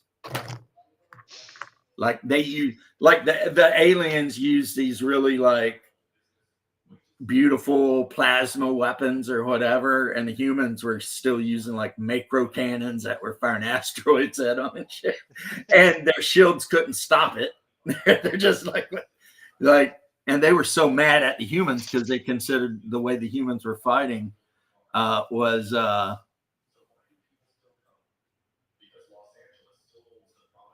yeah, that's one of them. They have that story where the humans are drinking alcohol and the aliens are losing their mind. You know, they're just like, but there's like 5 of them now. And it's just AIs making up stories based on prompts where the humans are the most powerful race in the galaxy. And there's always some lizard or insectile thing that has an empire and decides they want a piece of that human meat, right? And then everyone in the galaxy is always super surprised when the humans come back and start just exterminating everything. And they're just all like, holy shit, you know? It's Don't like, provoke yeah, the they're like, the humans. humans barely got a fleet. And then 4 years later, like a mile-long super destroyer comes whipping into us. And they're like, is that the Like I human? was saying with that one, the humans were actually beating them back to their homeland, and the aliens were like, "Whoa, we surrender? Let's just go back to the borders before we started this war." And the humans were like, "No, why would we do that?" Yeah, like, to quote the great Donald Trump, you have no cards. You And have then no cards to play. So you're going to do what I say. the aliens tried to, at that point, went to total war. And once they were beaten back to their home world, they were planning to just blow up their planet and take out the human fleet with it. Which would have been a stupid thing to do if you think about it. Because it's like, okay, you killed a human fleet. We'll make 10 more. Yeah. But your world is gone now because you're an idiot. Good luck. Instead, what happened was, the humans stopped it and then conquered them and then basically made them into a puppet and fixed everything of theirs. Right. Yeah, and the ones I've been listening, like the one I told you where the human beat that alien fleet so bad that the captain of the main ship had to become the human slave. He knocks her up. They have kids. It's all good. Don't worry about it. It's like, because she has to work with him, and instead of treating her like a slave, which surprises her because she thinks that's how it's going to be, he makes her like an officer, gives her like her own bunk and shit. And it freaks her out because, she's an alien and that's just not the way they do it. And the human's super cool. And, after a while working together, she falls in love with him and gives up that booty. And it turns out that whatever species she is can get knocked up by humans. That And usually everybody's happens. like, well, I mean, we're going by Star Trek rules here. yeah.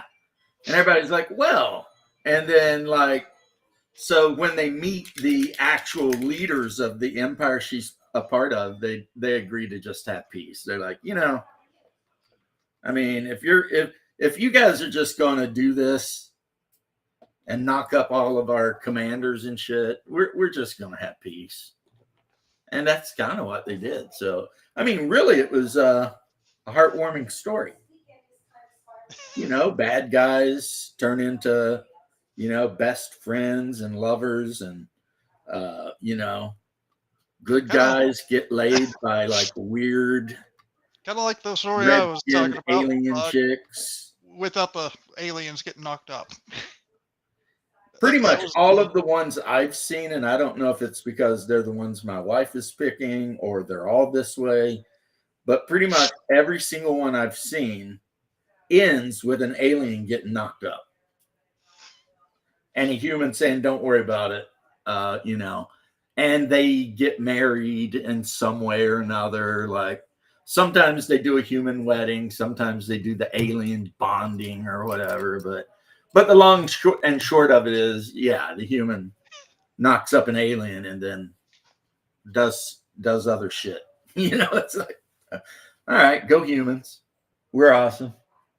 It's like, who doesn't want to be with the humans?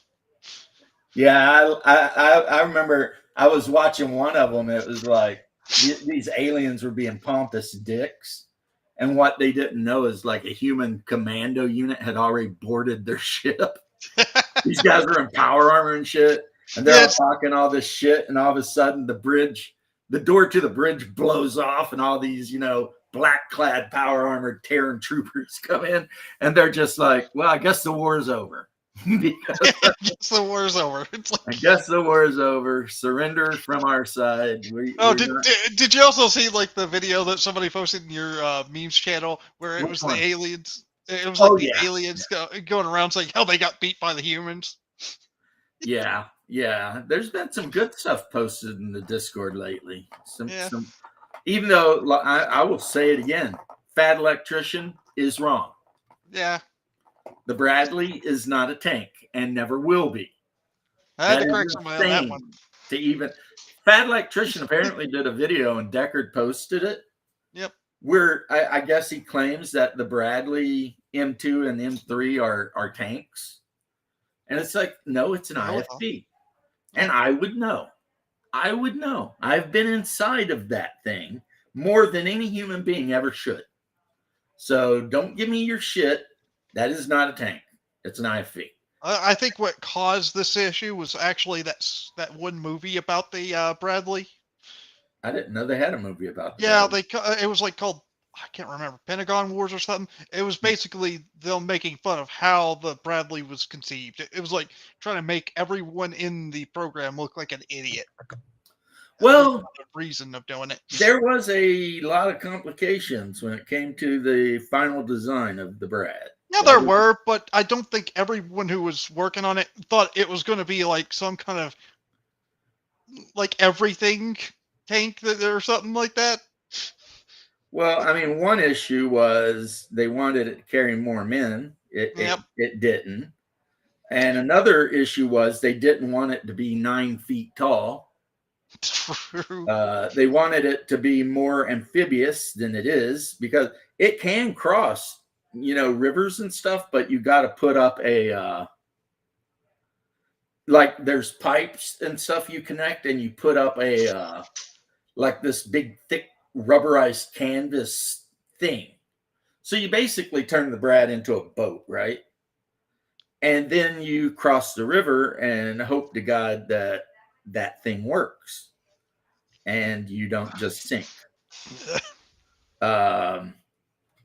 So there were a lot of issues with the Bradley that people in the Pentagon and elsewhere wanted and just couldn't get. But at the end of the day, we see how the Bradley functions in like actual combat. And it functions pretty good. It's pretty good. They tried to replace it with the Stryker years back, which is the wheeled vehicle. Yeah. That's mounted with a remote 50 cal. And the reason is because the Stryker can carry like 10 or 12 guys, depending, right? And they're thinking, you don't need the Bradley, you need the Stryker. So instead dumping 2 fire teams with 3 guys in each fire team, like you're dumping a whole squad out here, right? But the problem was that the Stryker sucks. So then they're like, yeah, Stryker sucks. Get more Bradleys. And, I mean, there are better IFVs out there than the Bradley, but the Bradley's a perfectly serviceable, good IFV. Yeah. Personally, I think if America were to steal the blueprints to a BMP-3, which wouldn't be hard because we captured a bunch of them and they're at Fort Stewart right now, but then upgraded everything in it to American standards, that would be a beast. That'd probably be pretty good. That'd be a beast. Because the BMP-3 is like, I don't know, 6 feet tall, maybe. And it carries 8 men. It's fully amphibious. It's got a decent main gun on it. That 30. We would probably put a 25 chain gun like the Bradley, but that'd be fine. Yeah. And we'd probably put a tow missile on it. That'd be fine. We like our tow twos. So basically, what I'm saying is just still the smaller hull and everything of the BMP series, but upgrade the weapons and everything like that to what a Bradley has. And I think that would be a monster IFV, because the big negative of the Bradley is how tall it is. I mean, it is very tall, and that means very hard to, hey, Doc. Hey, Doc. Homie. Very hard to hide behind anything. Like, you're not hiding that shit behind anything, but. I know. It's difficult. But anyway, yeah. So I was streaming, and after 15 minutes, I stopped streaming so that I could go watch Holy Diver's stream. And he was talking about all the shit he hates about Game Workshop right now. And, I think the reason he and I get along so well, even though he's a Utah guy and I'm, a Southerner, is we agree on a lot of shit. And most of his complaints about Games Workshop, I find to be reasonable complaints. It's like, okay, the price is crazy, but they do make good miniatures. So let's say we forgive them for the price because they make good miniatures, right? The rules to their games suck. And that's always going to be a problem. No matter how beautiful your miniatures are, at some point, you're going to have to maybe make a decent game. And they just do not seem to be able to do it. Or for 40K. They've got some one-off games that are absolutely amazing. Man of War, Battlefleet Gothic, War Master. Those were really good games. Some people might think, why didn't James mention Mordheim? Because Mordheim had such a huge flaw in it that it makes it not a good game. And the huge flaw in Mordheim is that the cheapest henchman you could hire was however many gold, right? So if you had a couple of bad games in a row and you had no gold to spend, and half of your or all of your guys were dead, guess what? You were out. That was just it. Because, you couldn't actually afford any more henchmen. Hey, gents. How's it Hey, going? how you doing, Doc? Hey, We got a celebrity on here. Mr. Doc Flamingo. But Hey, sidekick Butters. yeah. Whereas He's very annoyed with me now. Whereas the game that I think is a much better version of Mordheim, Frostgrave, the 2 lowest ranked henchmen that you could add to your warband cost 0. So that means as long as your leader survives, you can play the next game with a full warband. Now they'll suck because there'll be a bunch of guys with clubs and daggers, but at least you can still play in the turn. They absorb arrows. Right. but Mordheim, man, I have seen so many people catch a bad game against like vampire counts or demons or something, and then that was just the end of their game. That was just it, because they didn't have enough money to actually pay to replace all the guys they lost. And so, yeah. What, you're going to put your army on the table and it's like 4 humans with like basic weapons, and you're going up against, the demon army that already has a demon spawn crawling around? No. That's just not a good look, This is a skirmish game? It's Mordheim. Oh, okay. Yeah, the one failure of Mordheim, that's what I was saying. The big failure of Mordheim is they had no zero cost henchmen. So let's say I'm playing my Nordheim guys and I go on the table against, say, vampire lords or something, right? And the enemy vampire kills like 8 of my dudes, just straight up kills 8 of my dudes. And I've got 10 gold saved. I'm done. I'm out. I can't play anymore. If it were a tournament or a campaign, my only option is make a brand new brand new thing, because that's just the way that game was. Whereas, as I was saying with Frostgrave, the 2 shittiest henchmen in the game are 0 gold. Because apparently, they just work for you in the hopes of getting some of whatever you find in the frozen city, right? So that's just their deal. They're like, yeah, we'll go with you, but you got to cut us in on some of the cash, right?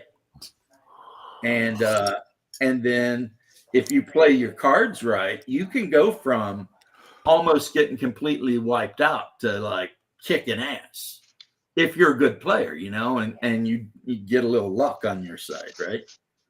But Mordheim just was not that way. It was like, oh, you effed up? Well, make a new warband. Can those guys level up if you pick up these zeros? In Mordheim, your characters gained XP for finding warpstone and beating your enemy's ass. And in Frostgrave, it's basically the same thing, except instead of warpstone, you're just looking for random treasures, right?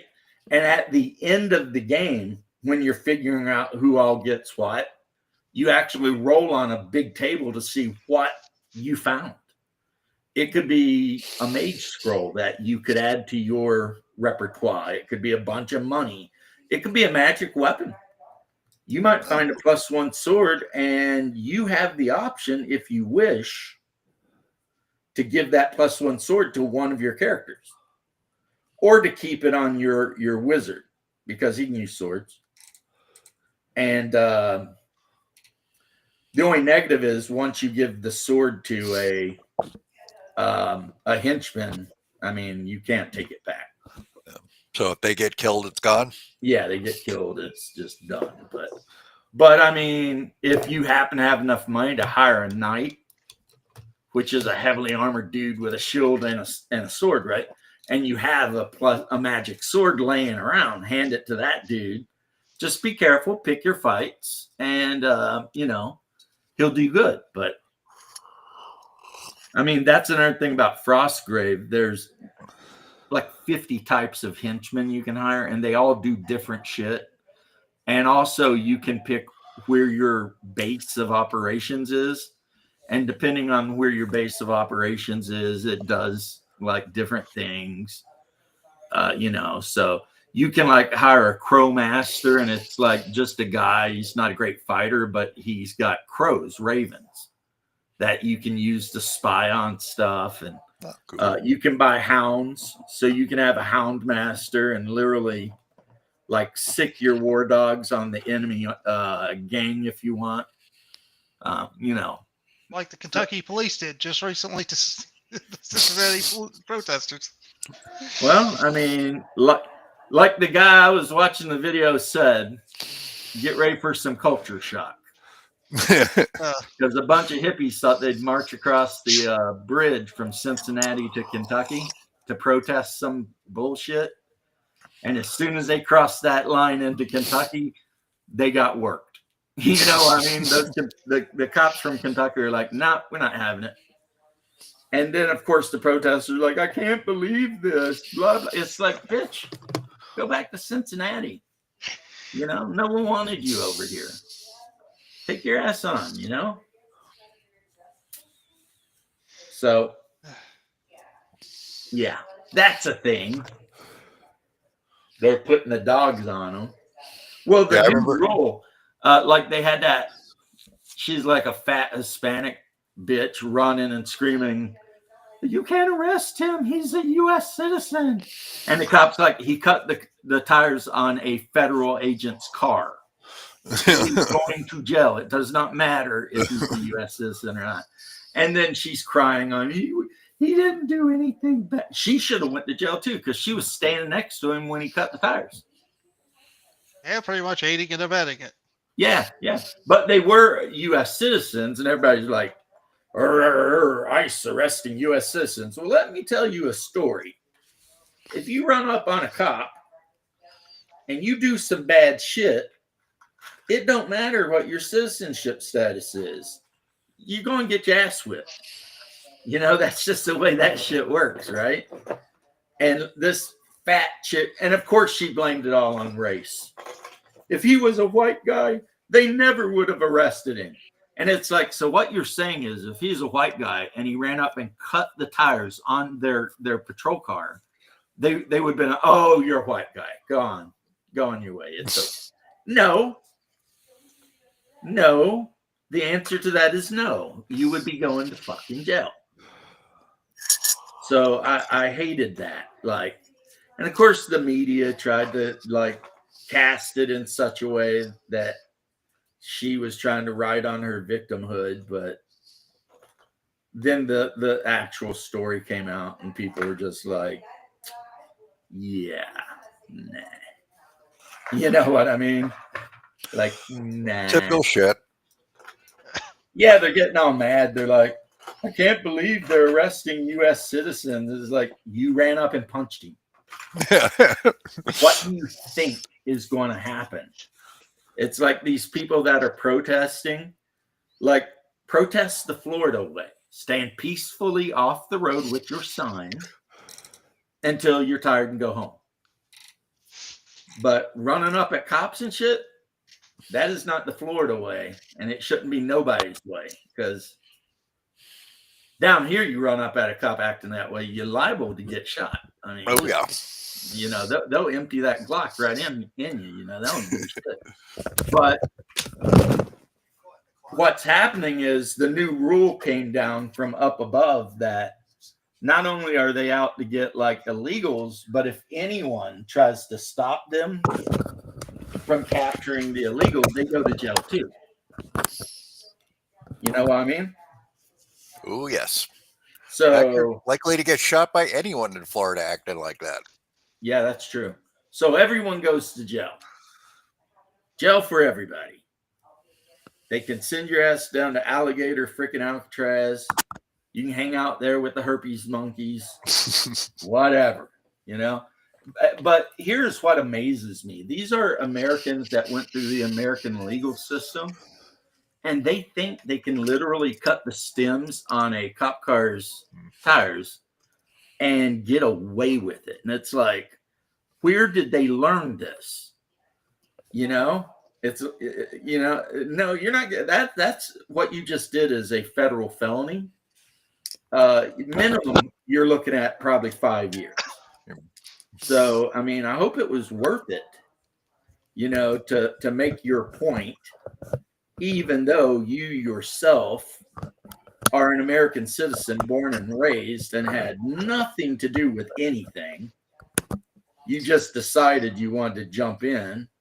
And then, and here's the thing, she claims it was racism, but the reason they jumped in was race. Yeah. During the interview, she kept talking about, well, we were just out here trying to help our people. So, you know, she's going to claim racism. If my husband was white, they never would have arrested him, which we know face value is stupid. Yeah. They arrest white people all the time. Prison's full of them, you know.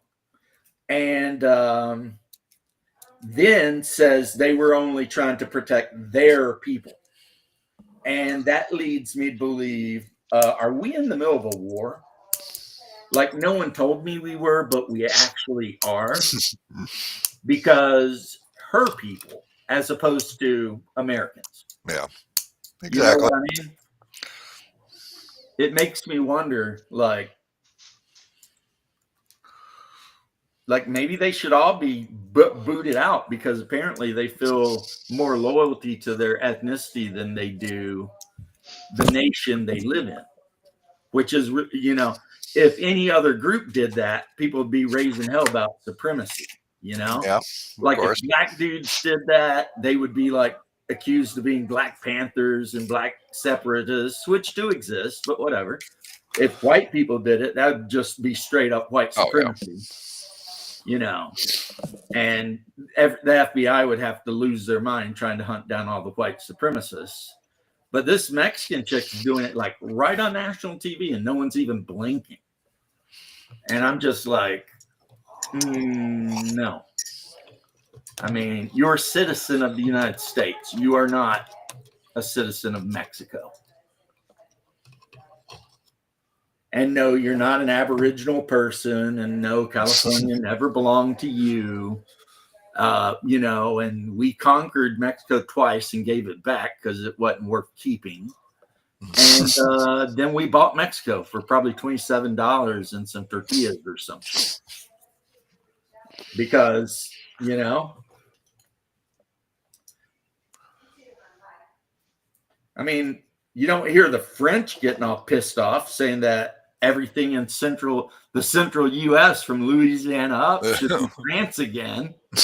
Hey, we can come over and be illegal aliens in New Orleans because, this was French territory. It's like, get the fuck out of here. What's wrong with these people? It's like literally, what is wrong? But yeah, the fact that she's talking about race and then talking about her people, it's like it's pretty clear who the racist is.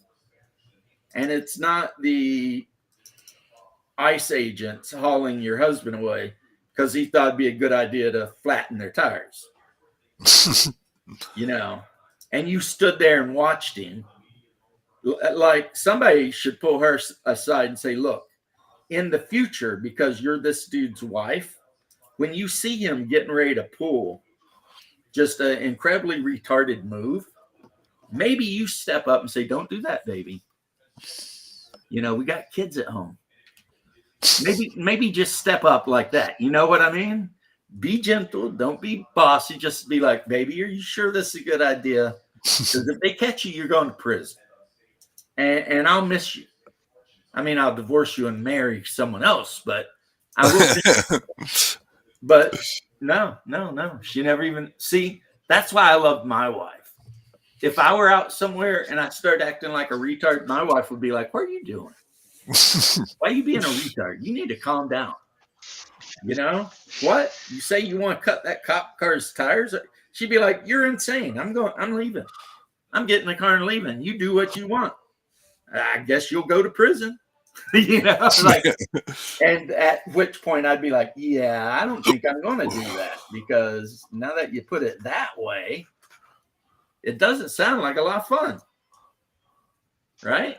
I mean, don't really want to get involved with it. Oh, but James, going to prison could be culturally enriching. It would be for me, because I already know what I'd do, and I've already told everybody what I'd do. First off, I would get the shamrock on my right shoulder removed. I'd go to a tattoo parlor and tell them just to put a black box over that bitch. Remove it. And then secondly, as soon as I rolled into the GP, I'd be hitting up the Peckerwoods. Count on it. And, if I had to try to get fitted for a nice Hugo Boss uniform, it is what it is. Because I've been in a jail that's basically a prison, 33rd Street in Maitland. And let me tell you, that's how it works. Like when I went to jail at 33rd, if you're a white dude, you talk to white dudes. You did not talk to the black dudes at all. And there was a hierarchy. And everybody knew the old man was the boss, and you all sat at the same table and ate your food, and no one said a word, but everyone knew, like the black guys and the North Mexicans, they knew if you effed with the white dudes, somebody was going to kill you. And some of these dudes, they put me in C block for violent offenders. There were dudes in there waiting for a bed at a federal penitentiary. I'm talking tatted up, had already murdered a person. You know what I mean? And I'm sitting at the table with this guy eating fake scrambled eggs. I'm like, okay, all right. I mean, I don't consider myself a racist, but if I go to prison and this is how I don't, lose my virginity, that's just going to be how it is, right? Because if the white guys try to get you to join them and you like say no, then they let all the other gangs know that you are not under their protection. At which point it's a free for all for you. It's going to be really bad. You're going to end up being owned by a gang, as a sex slave. And that is not something my 50-year-old ass has any intentions of being involved in. You get me? Yeah, I think you do. So if I got to get an 88 tattooed on my forehead and shank somebody in the shower for talking shit, oh well. I mean, if that's what that's just what I got to do. And I would. I know for a fact. Even though I don't believe in that ideology, it's just a matter of survival at a point. You know what I mean? And yeah. So as a human like me, I would do some crazy shit if it meant survival or not getting raped by, a gang of guys. Yeah. There's no low end on my list as well. Yeah, there's no end to the things I would do to prevent those things from happening. But I ain't got to worry about it because, look, I'm a 55-year-old guy, live in a suburb. I don't mess with nobody. My neighbors love me. I walk the dog around the cul-de-sac. Me and my wife get along great. So I'm never going to prison. I never got to worry about that shit. It's never happening. But, sometimes my wife likes watching those, like, maximum security lockup shows, And like there are a lot of those. And the first episode is always like they're the most dangerous gang in the penitentiary system. And it shows some white dude with like a swastika tattooed on his forehead and shit like this. They are the Aryan Brotherhood. That's always like episode 1. They just want you to know that those dudes are there. And then they go into their list of rules. Like rule number 1, if anyone insults you who is not a member of the gang and you're not arguing with them or something, you have to immediately whip their ass or kill them. That's a rule. So like if you're standing somewhere and some black dude walks by and says, "Move, bitch," you are, according to the rules, supposed to take him out right on the spot or plan to gank his ass in the shower later. But he cannot get away with it. Otherwise, again, you'll get in trouble. And you don't want to get in trouble with these guys. You know what I mean? So, and that's why, even though, they tell you on those prison shows, even though the Aryan Brotherhood and like white dudes in general make up such a small part of the prison population, I gotta go. Later, all the other gangs and shit in prison are so terrified of them that they don't mess with them because they know that they take every engagement to 11. There's no in between bullshit. You know what I mean? It's like you did something you don't like, you gotta die. So that's how you go to prison for breaking and entering for 5 years and end up becoming a lifer, because you got into the gang and shanked some dude, and whatever state you're in frowns upon first-degree murder, and now you're a lifer.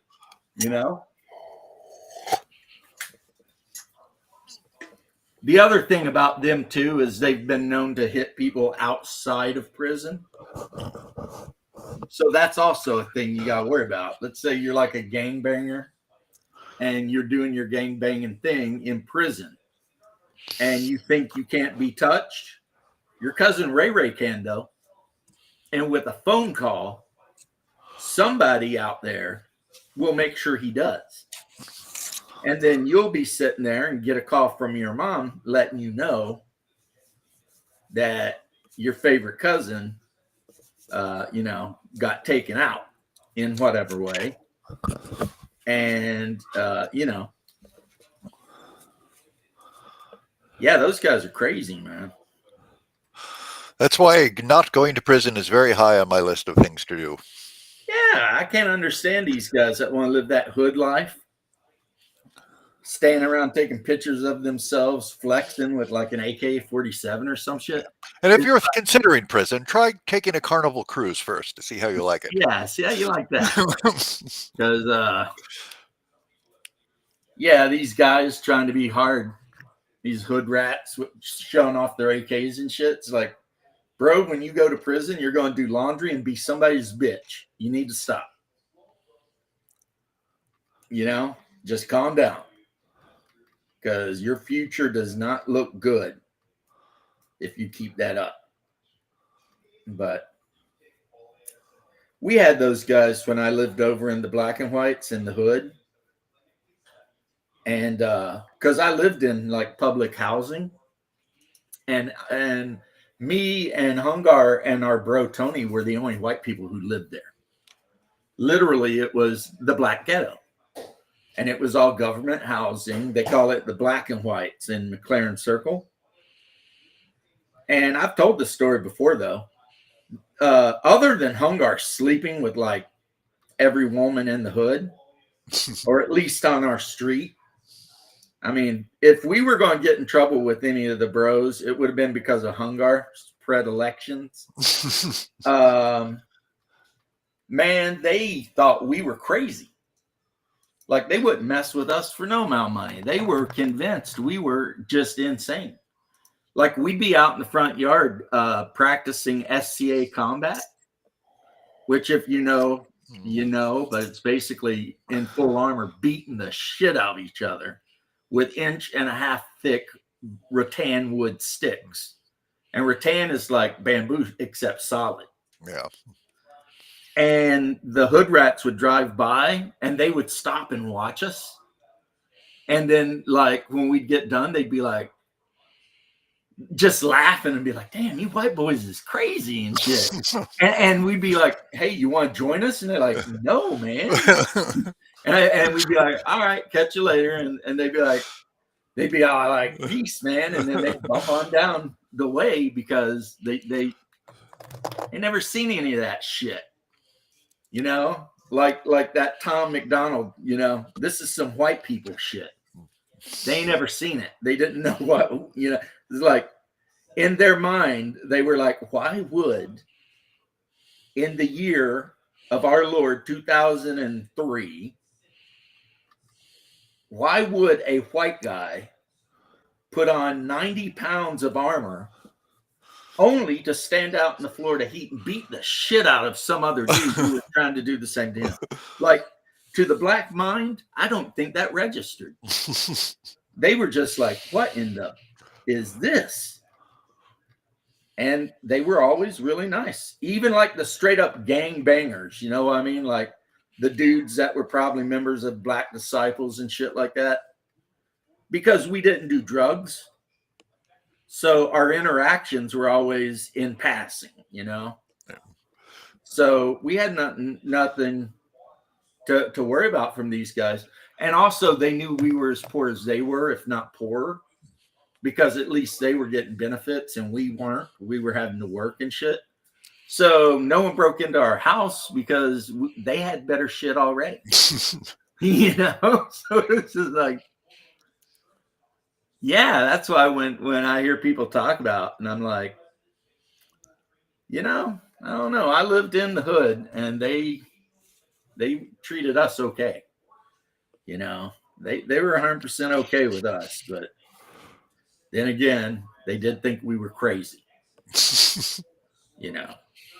Plus, I think my brother earned this kind of weird respect. You know what I mean? It's hard to explain, but I think if they had been worried that we were like white supremacists or something, a few of us smoked some weed. Yeah. I think my brother put that shit right out of their mind. You know what I mean? So they weren't thinking, oh, there's a house down there full of white boys, and they're like, no, because they're like, nah, that can't be true because that one dude slept with so and so and so and so and so. They're like, okay. Of course, he told all the black girls he slept with his name was James. I'm not even kidding. And then I'm hanging out in the house with the Puerto Rican girl I'm dating, or half Puerto Rican, whatever. And, this woman who looked just like Aunt Jemima, no joke, head thing and all, knocks on the door asking for James. And I don't know if you know this, but those Latinas can be a little spicy. Oh, yes. Yeah, I dated a Mexican lady for a I'm while. like, what? And she's like, what? And I'm like, what? And then she's like, yeah, James. And she described him. And I was like, that mother. You know what I mean? Yeah. And I had to explain to the girlfriend, I was like, that's Hoss. At which case she was like, oh, makes sense. It was like, all right, Hoss doing Hoss things. Run around sleeping with 300-pound black women and giving him your name. Like, so God only knows how many black women in that hood James slept with. 2, 3, 4. Like, it's been like 30 years, but I wonder if there's some black lady somewhere remembering that night she dabbled with with the white man named James. Maybe I don't know. My brother, he might be really good at sex, so she might be sitting there thinking, man, best sex I ever had in my life was with that snow ape named James. I wonder what he's doing right now.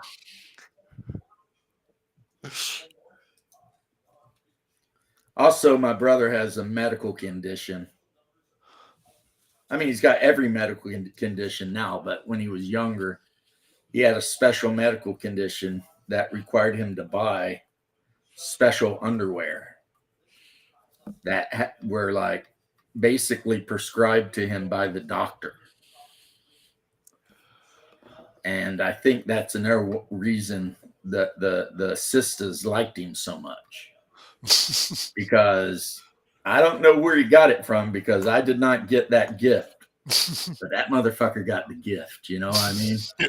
Penis so big you gotta wear special underwear, or it pulls on your sciatic nerve or something. Here I am talking about my brother's penis. That's weird. That's really weird. I shouldn't do that. But that was a thing. That was a thing. Everybody knew. Everybody knew. That dude was running wild in the streets. Yeah, BRC would come over to the house. We'd walk like a mile or so to a diner to get the blue plate special, which was like $8. And we were all poor, so that was a good deal. And we'd walk all over the place. No one ever gave us any issues at all, you know? It was like, okay. And I ended up working at the concrete plant down the street. Ooh, don't envy that. That is nasty work. Yeah, it was one of those plants where they make the actual concrete pipes that they put underground for like drainage. So there's like this giant mold, and it comes down and fills full of concrete, and then it waits a minute, and then it lifts up, and there's a concrete pipe there, and it tilts it over, and it pulls out, and then it moves down the line. It's like, yes, it was hot. It was hot. I considered working at a paper mill one time, but after being in there for a day, I was like, you know what? This is not for me. That was the worst part of the concrete plant, is there wasn't a single bit of greenery anywhere on the property. It was just straight up sand and concrete dust, right? And gravel. So, I don't know if you know this or not. You probably do because you live in Florida. But right now, as we sit here, it's like 90 something degrees. Oh yeah. Now imagine being standing out in the sun, building concrete pipes, and getting sprayed caked in in the that face shit. nonstop with concrete dust because people are running around with forklifts and shit. It's That like, can't be none too good for you to breathe either. right? And you're just like, yep. Just remind yourself you're getting like $11 an hour for this, which at the time was not a bad wage at all. Not a great wage either, but when you need a job, anything's a good wage. You know what I mean? Oh yes. Because I had an evil ass ex-wife, and if that child support was like 3 seconds late, she'd be on the phone with the freaking state or whoever. I mean, literally, that's the end of the sentence. Literally, like a day late, she's already calling the cops. So, yeah, I couldn't deal with that shit. I had to get that stuff sent away ASAP, so that because her favorite thing in the world was using the legal system against me. Seriously, I mean it. Like she would. Women are vindictive creatures. She called Child Protective Services on me so much that I ended up cussing them out like dogs, telling them to never come to my house again.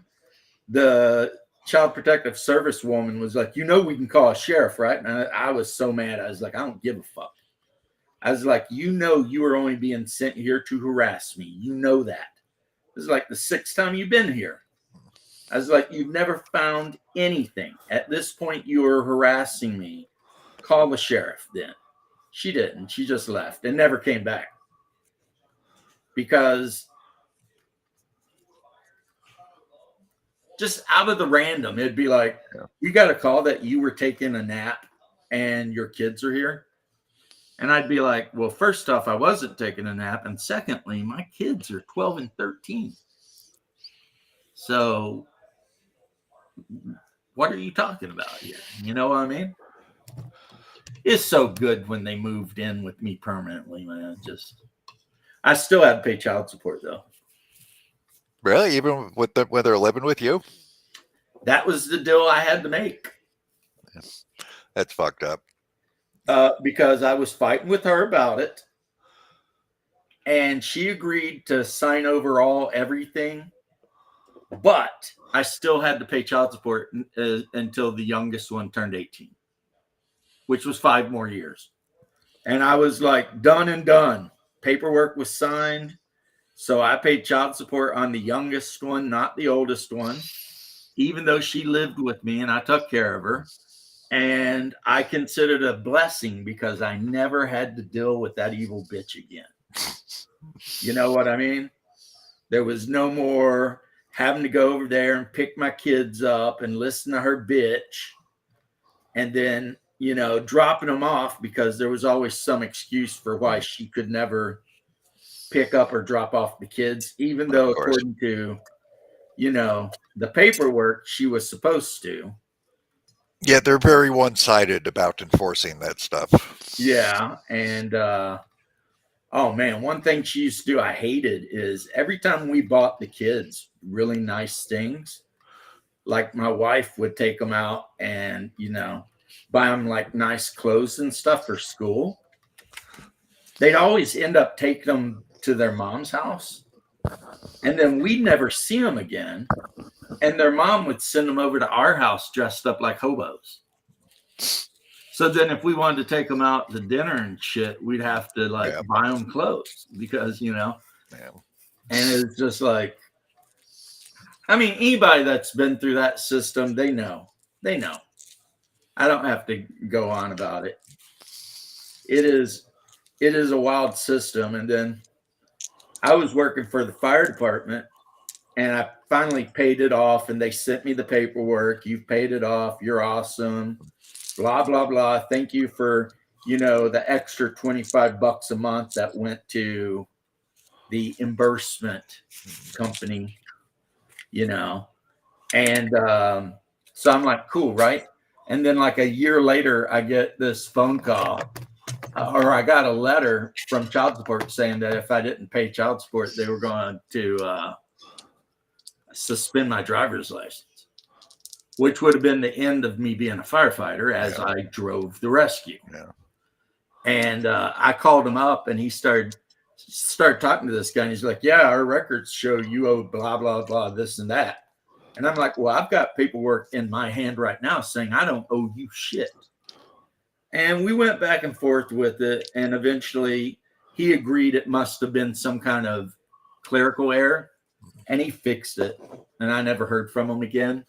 But it was like, I finished paying that shit off like 3 years ago, and then you come out of the blue with a letter saying you're going to take my license. It's like, no. Well, they do that because a lot of people will just panic and pay it regardless. That's why a lot of places double bill you and shit. There should be serious penalties for fucking that, but they never do it. Yeah. Yeah. Well, I mean, there's only one person to blame for all of that, and that's us. And by us, I mean men. Like when men start whining about the child support system and the what's it called, the custody system and all that. Remember, it was a male judge sitting on the bench that signed that shit in the law. Oh, they're the worst. Like, ask any like attorney who does divorce work. If you're a man, you want a female judge. Yeah, because they see right through women's bullshit. The men always are like, "Oh, poor thing." right. It's like all these people bitching about this and that, OnlyFans, all this and that. It's like, yeah, but the thing that you guys, they're not, it's like men in general are not taking responsibility, because without us, there would be none of that, right? It's not like the women had an uprising and a civil war and demanded the 19th Amendment and whatever. No, a bunch of guys just got tired of getting bitched at by the men, the women in their lives, and they're like, yeah, fine. You know what I mean? Fine. And yeah, so everything that we don't like about the system, there's no one to blame for it but us, because we created the system. Even though the system works to keep us down more than, anything else in life,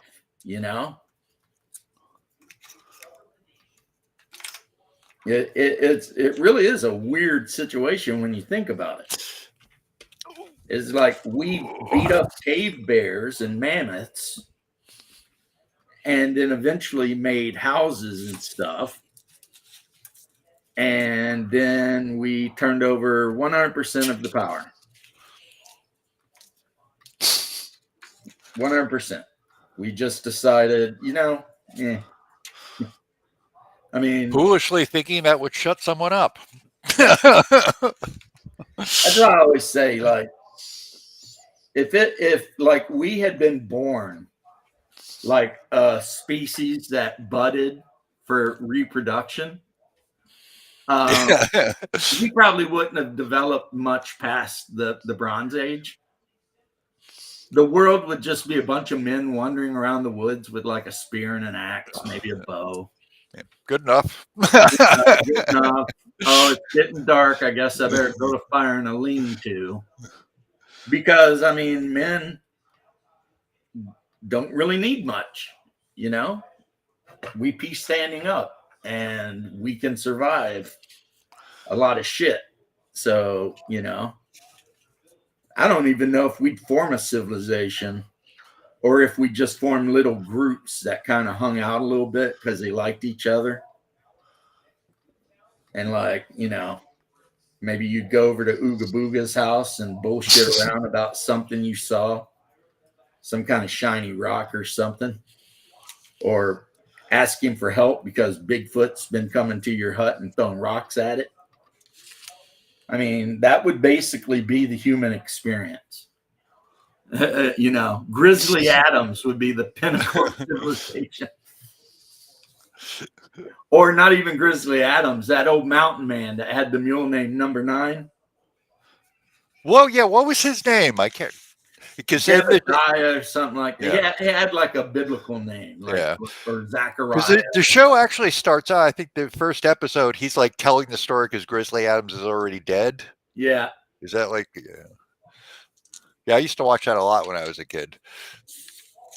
Yeah.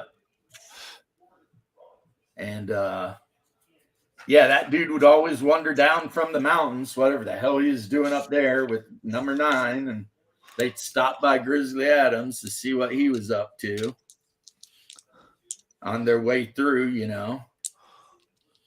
You know, another great Western that's of that type is Jeremiah Johnson. Great movie.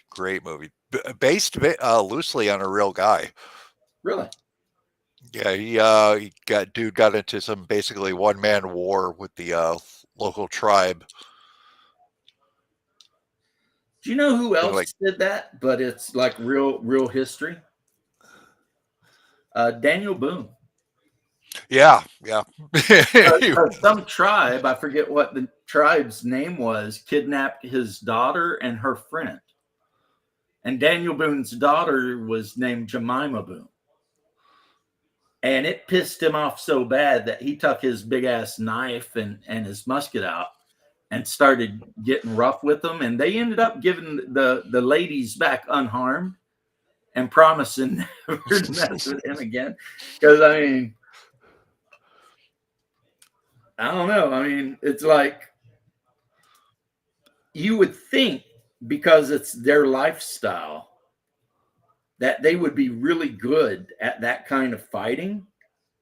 And yet, historically, when you look at like the French and Indian War and stuff like that, it's some dude from Appalachia hunting them down and scalping them. You know what I mean? It's like, this doesn't make sense. I mean, what about, you know, home field territory advantage? You guys just giving it up? I mean, what's going on here? But yeah, Jeremiah John, how they'd sing, and all of his life, all he ever wanted was a 50 cal. I forget the rifle. Oh, the 50 Henry. He wanted the 50. Yeah, he had like the 38 Henry or whatever. Yeah, because that's all they had when he showed up. Although he got his one with the frozen dude. Yeah. Had a note, you know, I was killed by a bear. If you can take this rifle, it's yours. Please, Jesus, let it be a white man.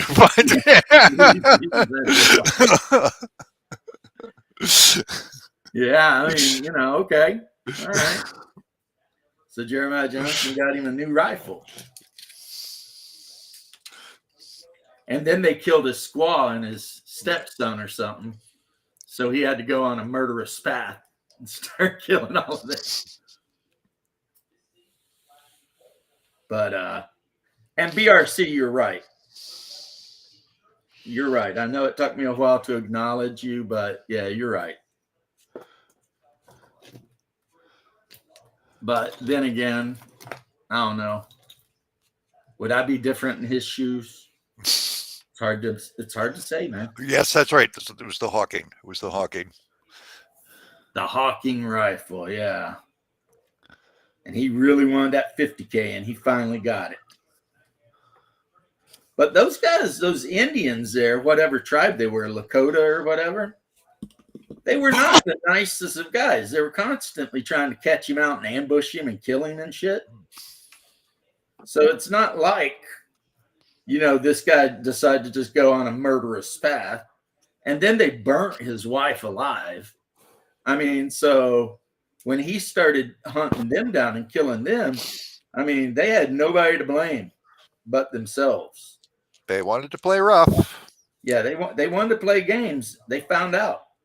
They should have left that well, he wasn't that old, but they should have left that bearded bastard and his squaw alone in the hut. And they'd been all right. But instead they wanted to play games. And those games didn't work out for them that well. So Okay, I gotta go. I gotta eat and then get ready for my game today. yep, I got a game later. So I will catch you later. And ciao to everyone in the chat. I've been going over your book so that I Ah. can actually be knowledgeable about it before because I've given games bad reviews before. Not that I would try and tear your game apart unless it needed it, but like I gave Dune like the worst review ever, and then I read it like for the second or third time and realized I'm an idiot.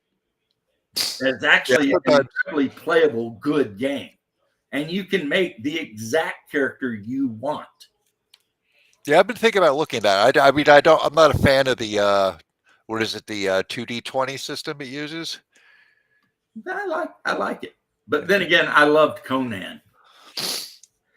Get that game ready, Doc. Yeah, see, Coco's already. Oh, there he is. Calling you out. So, okay, I will catch you guys later. Yep. Don't let me keep you. Okay, take care, You know everybody. how us Southerners are. We'll say goodbye for 45 minutes. Later. Well, you know what? Since Doc's going to go play games, and I probably have chores that I should be doing, I'm going to get out here too. So, peace and love. It was good catching Holy Diver.